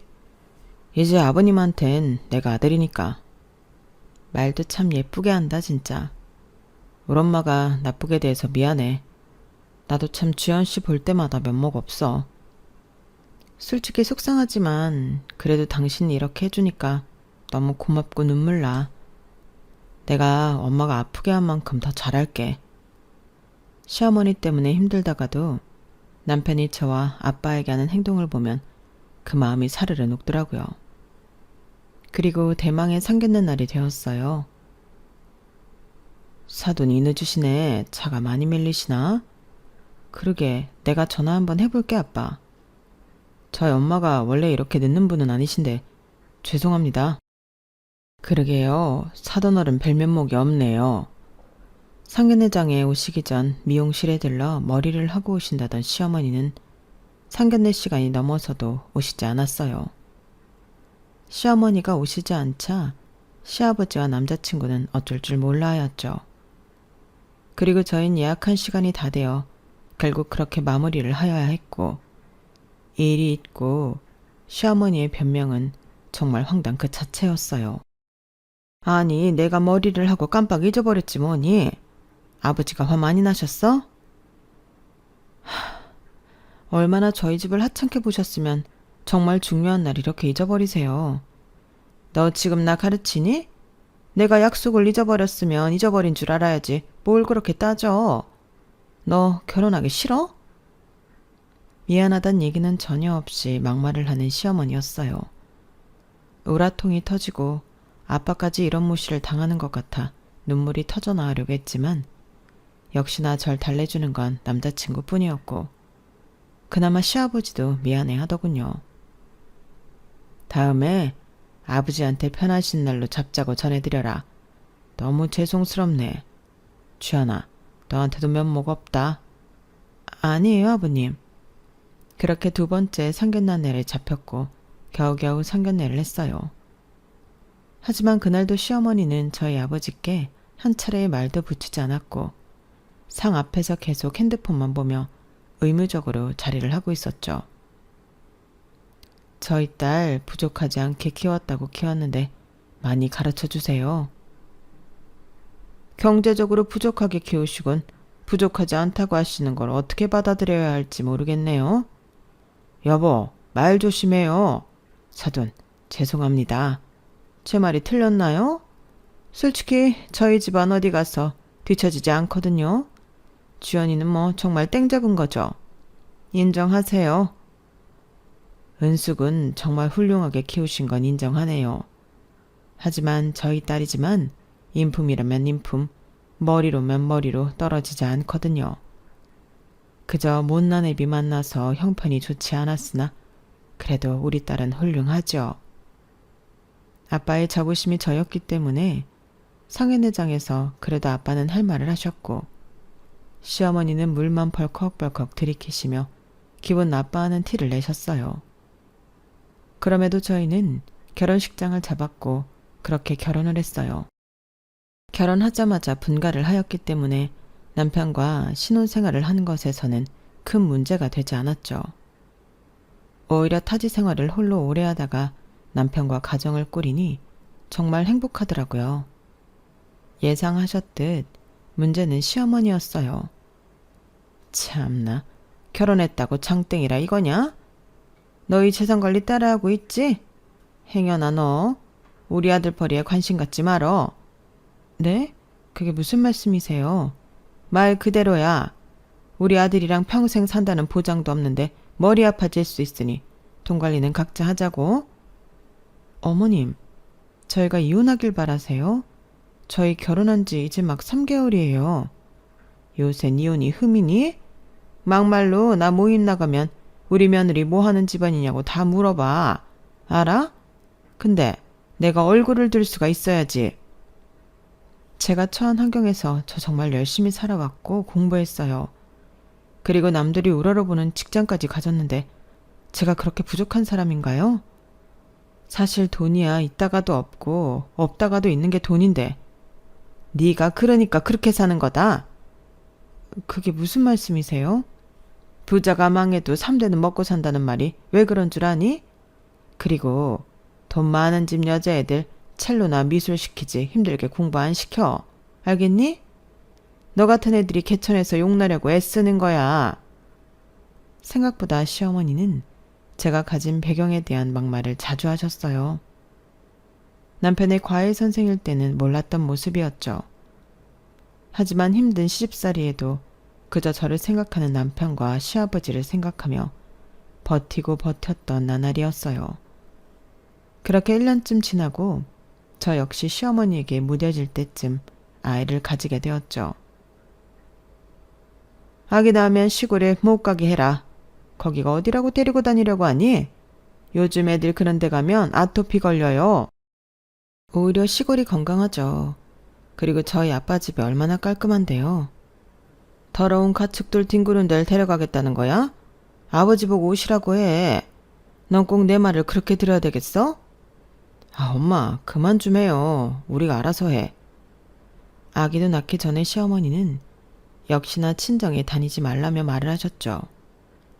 이젠 뭐 너무 귀에 익은 소리라 이미 앉은 딱지로 인해 타격이 가지도 않았어요. 그렇게 축복 속에 아이를 낳을 줄 알았는데 중간에 남편이 많이 아프더군요. 자기 진짜 건강검진 제대로 해야겠네. 그러게 요즘 자꾸 쓰러지고 좀 힘드네. 바쁘다고 미뤄놨던 것들 다 제치고 이제 몸 좀 신경 써. 아이도 낳기 전에 남편이 자주 아프자 제 걱정도 늘어 낳고 시어머니도 걱정을 많이 하셨어요. 네가 좋은 기운 쪽쪽 빨아먹어서 우리 애가 아픈 거 아니냐. 네 기가 얼마나 세면 우리 아들이 이렇게 자주 아파? 어머님 그런 말씀이 어딨어요. 왜 맞잖아. 부부끼리도 기가 맞아야 되는 건데 하여튼 마음에 안 들어. 남편이 아픈 것도 제 탓이라고 하는 시어머니였어요. 저 역시 절대 아닐 거라고 생각이 들다가도 자꾸 아픈 남편을 보니 사실 걱정이 되긴 했었죠. 남편은 그렇게 건강검진도 하였고 체력을 기르겠다며 운동도 하더라고요. 우리 아이 태어났는데 운동해야지. 요새 밤을 너무 많이 샜나? 그래, 자기가 우리 집안 기둥인데 아프면 안 되지. 나도 자기 든든히 뒷바라지 할게. 당신 아프면 나 진짜 못 살아. 걱정 마. 내가 당신이랑 아기 두고 절대 어디 안 가니까.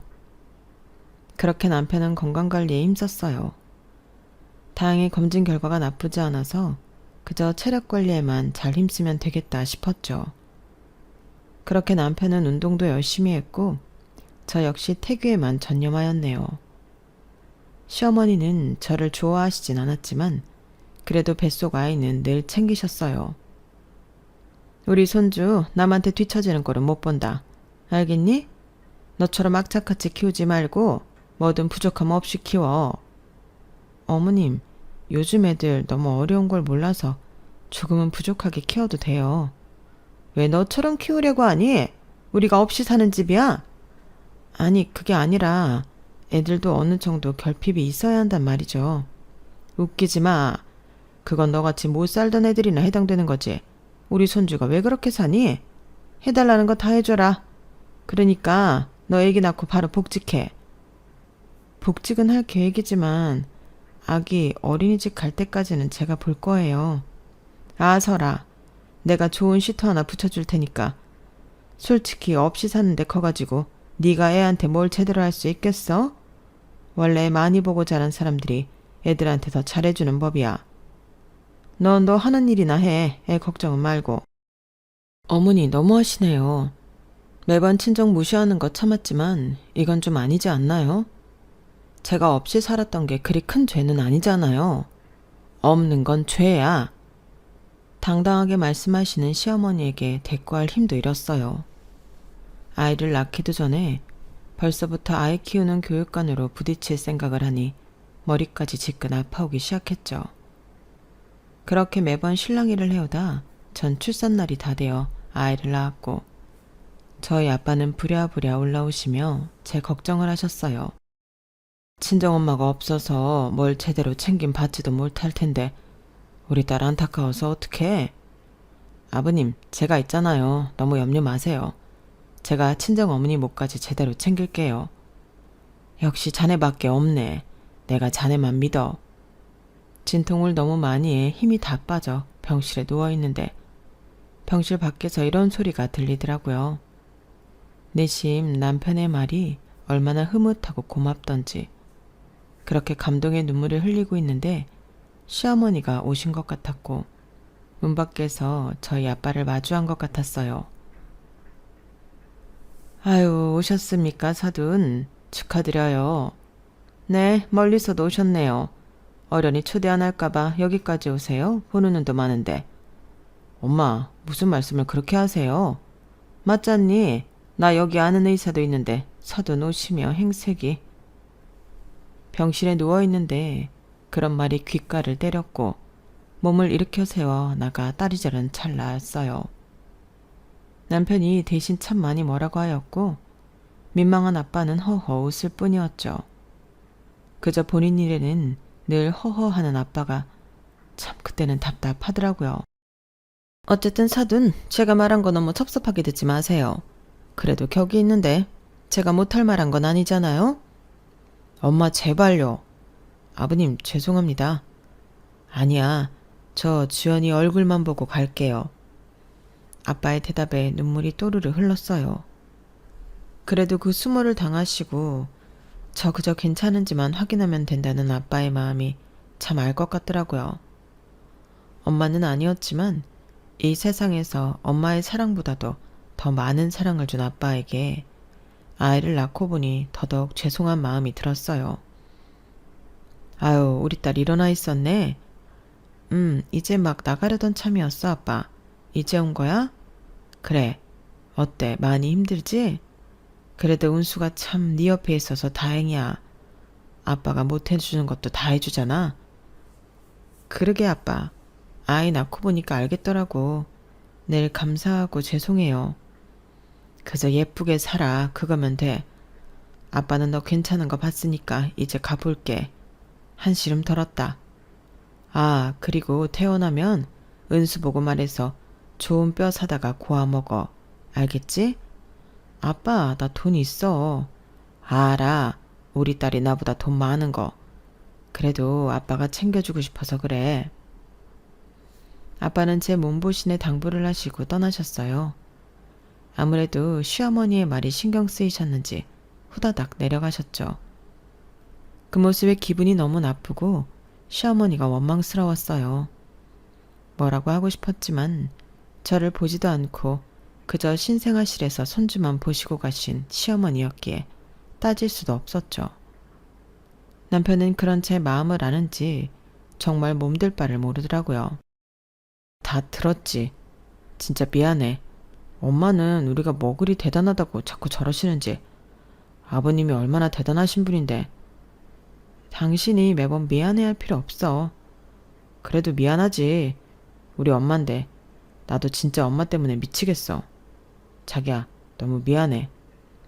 아니야, 솔직히 자기는 할 만큼 하잖아. 어머님 저러시는 거 한두 번도 아니고.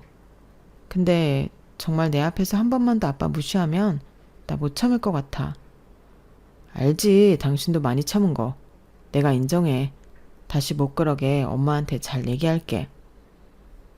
매번 이런 일이 일어날 때마다 정말 큰 스트레스가 되었어요. 제가 그래도 의사고 많이 배워서 그런지 저에게는 조금씩 잠잠해지셨지만 친정 얘기만 나오면 신이 나서 그렇게 욕을 하시는 시어머니였어요. 그렇게 퇴원을 했고 어떤 정신으로 아이를 키웠는지 모르겠더라고요. 초보 엄마의 초보 아빠는 늘 밤을 새워가며 우는 아이 달래 육아를 했어요. 낮에 한 번씩 저희 집에 와서 정말 아이만 예뻐하다 가시는 시어머니는 이런 소리도 하셨죠. 넌 의사라는 애가 켜겁게 옷 좀 갈아입어라. 아무리 애를 본다지만 늘어진 티는 뭐니? 원피스로 입어. 어머님, 100일도 안 된 애 보면서 어떻게 꾸미나요? 어머님도 키워보셨으면서.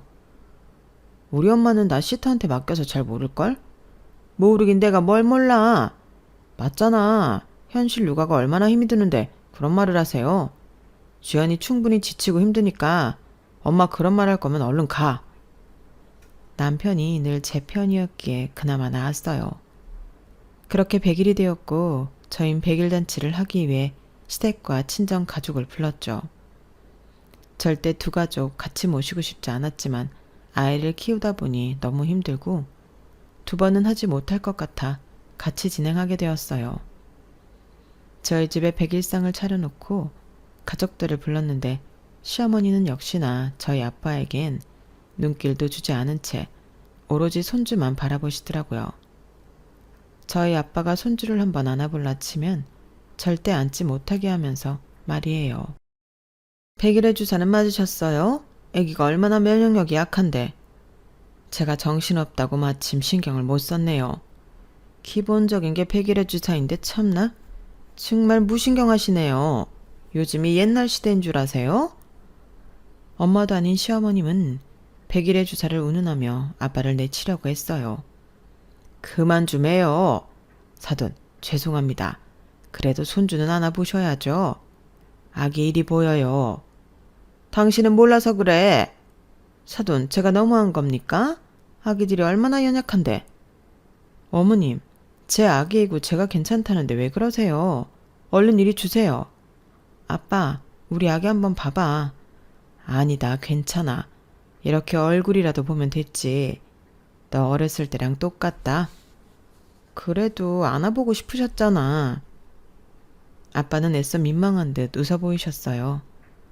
전 시어머니에게 너무 화가 났지만 일단 남편과 시아버지가 저와 아빠에게 더 죄송해하는 바람에 조금은 참았어요. 하지만 100일 잔치가 끝이 나고 가족끼리 밥을 먹으려고 할 때 시어머니가 오시지 않더라고요. 어머니 식사하세요. 여기 어머님이 맛있다고 하셔서 특별히 불렀어요. 됐다. 너나 많이 먹어. 어허, 그러지 말고 빨리 와서 앉아요. 자리라도 같이 앉아 있어. 사돈어른도 와 계시는데 왜 그래요? 됐다니까 그러네. 시아버지의 볼멘 소리에 못 이겨 겨우 식탁에 앉은 시어머니였고 저희 아빠가 눈치 보며 한수 젖뜨려는 그때 시어머니가 말씀하셨어요. 아, 손 시꺼먼 거 봐. 기생충 옮기겠네. 요즘 얼마나 무서운 시대인데 돼지 콜레라 걸리는 거 아닌가 몰라. 돼지농장 운영하는 친정 아빠를 보자 콜레라 걸린다며 겸상 안 한다던 시모였고 전 결국 인내심이 한계에 다다랐어요. 그리고 분노를 못 참고 남편에게 서리봉투를 하나 던졌고 남편은 봉투를 열어보곤 바로 시어머니 남편한테 대들었죠. 이게 어떻게 된 일이에요? 당신은 이게 뭐야? 아니, 엄마가 설명해봐. 아니, 이게 어떻게... 너 내 뒷조사했니? 여보, 일단 이거 다 조작된 거예요. 세기, 이게 다 사실이니? 아버님과 당신한테 미안하지만 사실이네요. 언젠가는 얘기하려 했지만 이렇게 여기서 얘기하게 될 줄은 몰랐네요. 어머님, 혼자서 그렇게 고고하고 깨끗한 척하면서 저희 아빠 무시하셨죠. 뭐가 그리 당당하시다고 매번 그러시는지 이해가 안 가네요. 30년을 넘게 아버님과 은수씨 이렇게 속여놓고 당당하세요? 네가 감히 내 치부를 드러내? 치부인 건 아시나 보죠? 절 탓하지 말고 아버님과 은수씨한테 싹싹 빌기나 하세요. 평생 아버님은 은수씨가 본인 친아들인 줄 알고 사셨을 텐데 이거 보세요. 이렇게 유전자 검사가 달라서 어쩔까요? 엄마, 어찌된 건지 당장 설명해. 내가 납득이 가게 해야 할 거야.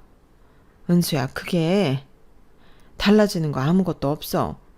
솔직히 당신도 은수 본인 아들로 30년 넘게 키웠으면 말 다 한 거죠.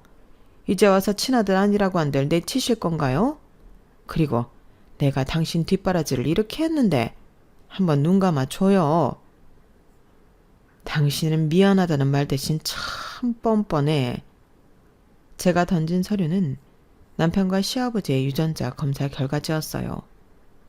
사실 남편이 건강검진을 다시 할 정도로 몸이 좋지 않았었기 때문에 제가 아는 선배들에게 부탁하여 꼼꼼히 봐달라고 했거든요. 그런데 여태까지 알고 있던 남편의 혈액형이 다른 혈액형으로 기재되어 있었고 의아함을 가지고 있었죠. 처음엔 대수롭지 않게 생각했으나 시어머니네 집에 방문했을 때 누군가에게 협박 전화를 받고 있는 시어머니를 목격했어요. 그만 전화하라니까. 은수 태어날 때부터 지금까지 나 당신한테 못한 거 없어. 그러니까 제발 나 좀 놔줘. 나한테 그 정도 뜯어갔으면 됐잖아. 은수가 당신 아들이라고 지금 나한테 이러는 거야? 웃기지 마. 은수는 내 남편 아들이야. 그러니까 주둥이 함부로 놀리지 말라고. 어려서부터 계산이 빠르고 머리 회전이 빨랐던 저는 딱 한 번에 알 수 있겠더라고요. 그리고 아주 오래전 친구가 했던 말도 생각났어요. 시아버지와 시어머니 사이에서 아이가 생기지 않았고 두 분은 큰 갈등 끝에 이혼 위기까지 겪었다고 말이에요. 그러던 중 기적적으로 남편이 찾아와 다시금 잘 살아보자고 했던 것이었는데 이때 아마 시아버지와 관계가 멀어졌을 때 생겼던 남편 같았죠. 그리고 지인을 통해 유전자 검사를 해본 결과 역시나 시아버지와 남편의 유전자는 불일치했어요. 처음엔 남편에게 평생 비밀로 해야 할까 싶었고 큰 상처라서 어찌해야 할까 싶었지만 도저히 시어머니가 이런 비밀을 숨기고 저희 아빠를 홀대하며 저렇게 당당하게 살아가는 모습을 보기가 힘들었어요. 네가 감히 내 뒤통수를 쳐? 감이라뇨. 어머님이야말로 이렇게 큰 비밀을 숨기고 영원히 묻히시길 바랬어요. 저희 아빠한테 매번 그렇게 모욕을 주시면서 본인은 깨끗한 척 고고한 척 정말 역겹네요. 됐고 일단 엄마 나가줘요. 나 이제 엄마 다시 못 볼 것 같으니까. 은수야, 내 말 좀 들어봐. 어쩔 수 없었어. 그리고 넌 네 아빠 아들이니까 당당해지라고. 30년을 이렇게 살았는데 변할 게 있는 줄 아니? 절대 없을 거야. 끝까지 뻔뻔하네. 당신 같은 여자랑은 하루도 못 살아. 우리 손주 100일 잔치에서 할 말은 아니지만 당장 이혼해. 이혼이 무슨 장난인 줄 알아요? 그리고 이 나이에 무슨 내가 누구 좋으라고 이혼을 해? 역시 그렇게 뻔뻔하니 지금까지 다 속이고 살았던 거지. 시아버지는 이혼을 요구했지만 시어머니는 듣는 시늉도 하지 않았어요. 그렇게 100일 잔치는 난리법석이 되어버렸고 시어머니와 시아버지가 돌아간 뒤 우는 남편이었죠. 이후 제가 정말 미안하더라고요. 그곳에 있던 아빠도 어쩔 줄 몰라 하셨지만 아빠가 남편을 데리고 소주 한 잔을 하러 나갔어요. 우리 딸이 원망스럽지? 아무리 그래도 이런 자리에서 대놓고 말이야. 참, 자네 입장이 어떨지 감히 헤아려지지가 않네. 네, 솔직히 충격이에요.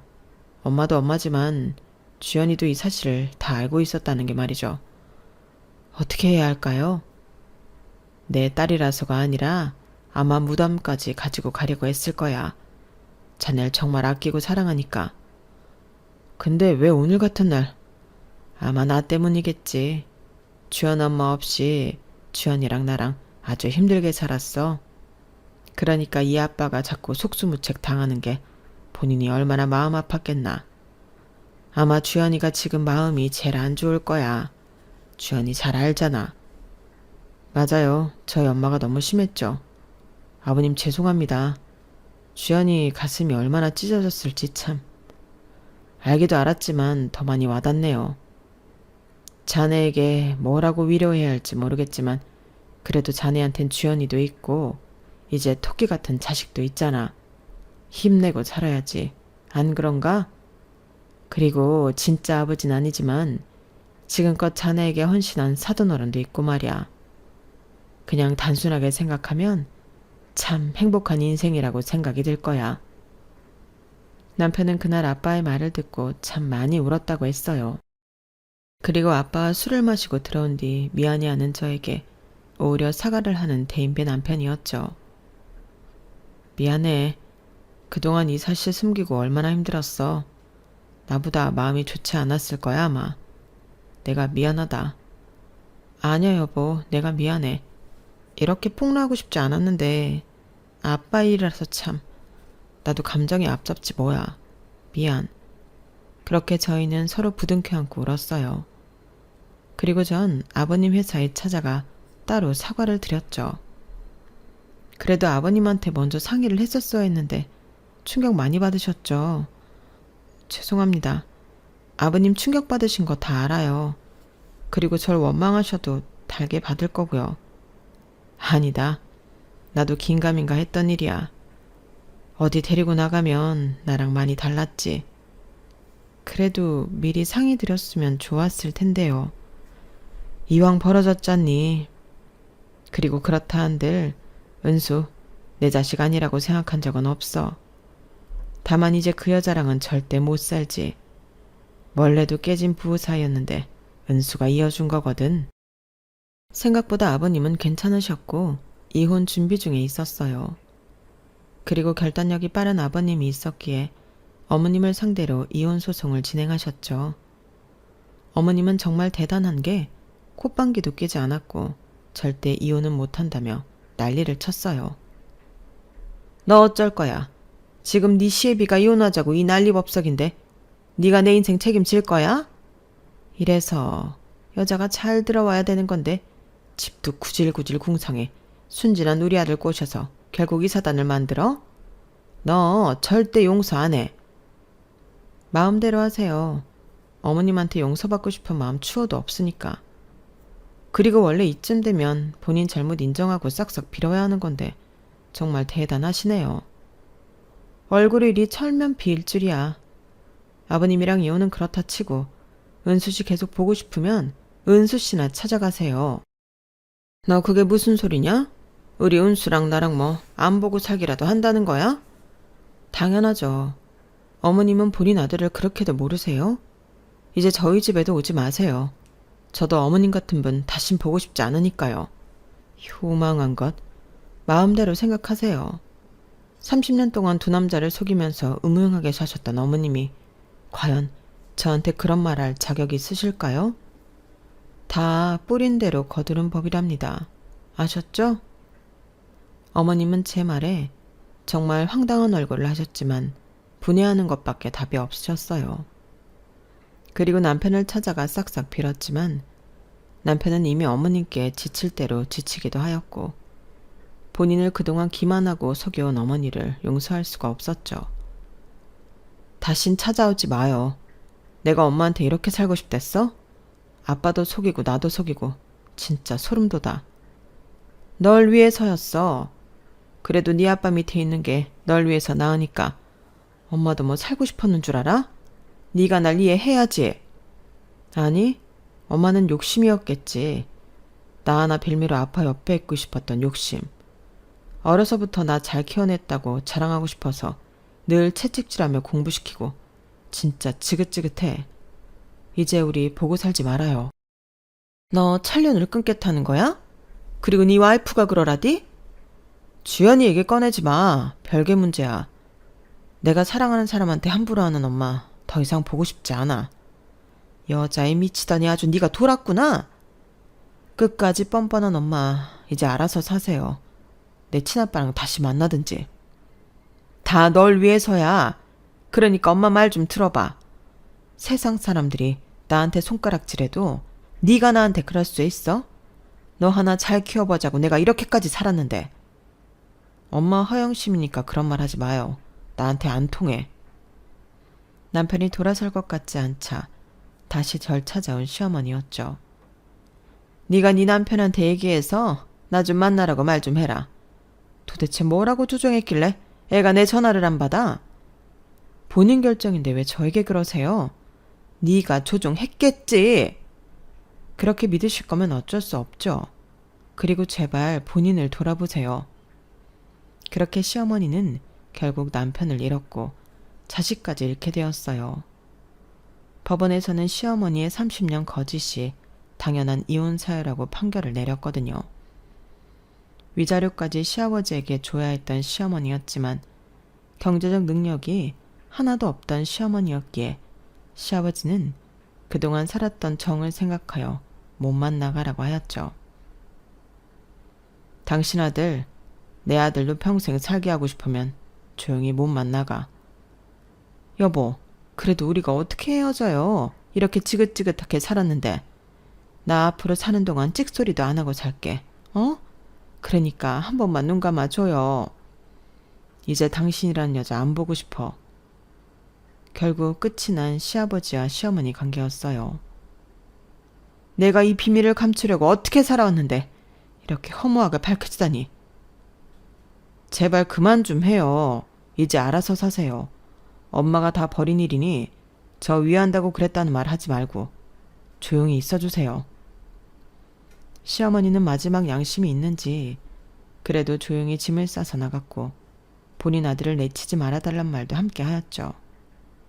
그리고 남편은 여전히 시어머니와 손절관계로 지내고 있어요. 한편으론 내가 너무했나 싶기도 하지만 그렇게 아나무인으로 열심히 살아온 제 아빠를 하대하고 무시한 시어머니에게 진짜 얼굴을 벗겨버린 것에 대해 후회는 하지 않아요. 가끔 대학 동창을 만나는데 본인 이모는 아직까지 정신을 차리지 못하고 노인정을 다니면서 본인 아들이 의사고 자기가 어떻게 살았으며 등등 얘기하고 다닌다고 해요. 아무래도 허영심만이 본인이 내세울 수 있는 가장 큰 무기이니 그런가 싶어요. 그 과정을 지나고 저희 가족은 안정을 많이 찾아가고 있어요. 얼마 전에 저희 아이 새돌이 있었네요. 우리 손주 새돌 축하한다. 내가 준비한 건 없고 여기 현금이다. 아이 위해서 요긴하게 쓰도록 해. 아버님, 이렇게까지 안 해주셔도 되는데 감사해요. 하나뿐인 친아래비인데 당연히 해줘야지. 건강하게 자라라. 역시 사돈 통이 크십니다. 이건 아빠 선물이야. 이제 농장도 정리했고 자주 올게. 이렇게 주연이랑 은수 그리고 우리 손주까지 잘 사는 모습을 보니 정말 좋다. 아빠 덕분이지. 지금의 내가 있는 건 다 아빠가 만든 거야. 가족 구성원 중 불청객이 빠지니 참 평화로워졌어요. 간간히 저에게 카톡의 장문 메시지로 아이가 보이고 싶다며 남기실 때도 있지만 결혼 허락을 받는 순간부터 지금까지 너무나 고통스러웠던 시어머니와의 관계를 다시 이어가고 싶진 않아요. 다행히도 아버님과 남편은 그래도 부자로 살아온 시간이 길어서 아직도 왕래를 자주 하고 지내고 있어요. 친부자가 아니지만 그래도 서로를 끔찍히 위하거든요. 앞으로 행복하게 살면서 우리 가족 건강하기만을 바라고 또 바랄 거예요. 여러분들도 평안하세요. 여러분, 사연 댓글에 응원과 현명한 조언 부탁드려요. 좋아요와 구독은 저에게 큰 힘이 됩니다. 오늘도 좋은 일 가득하세요.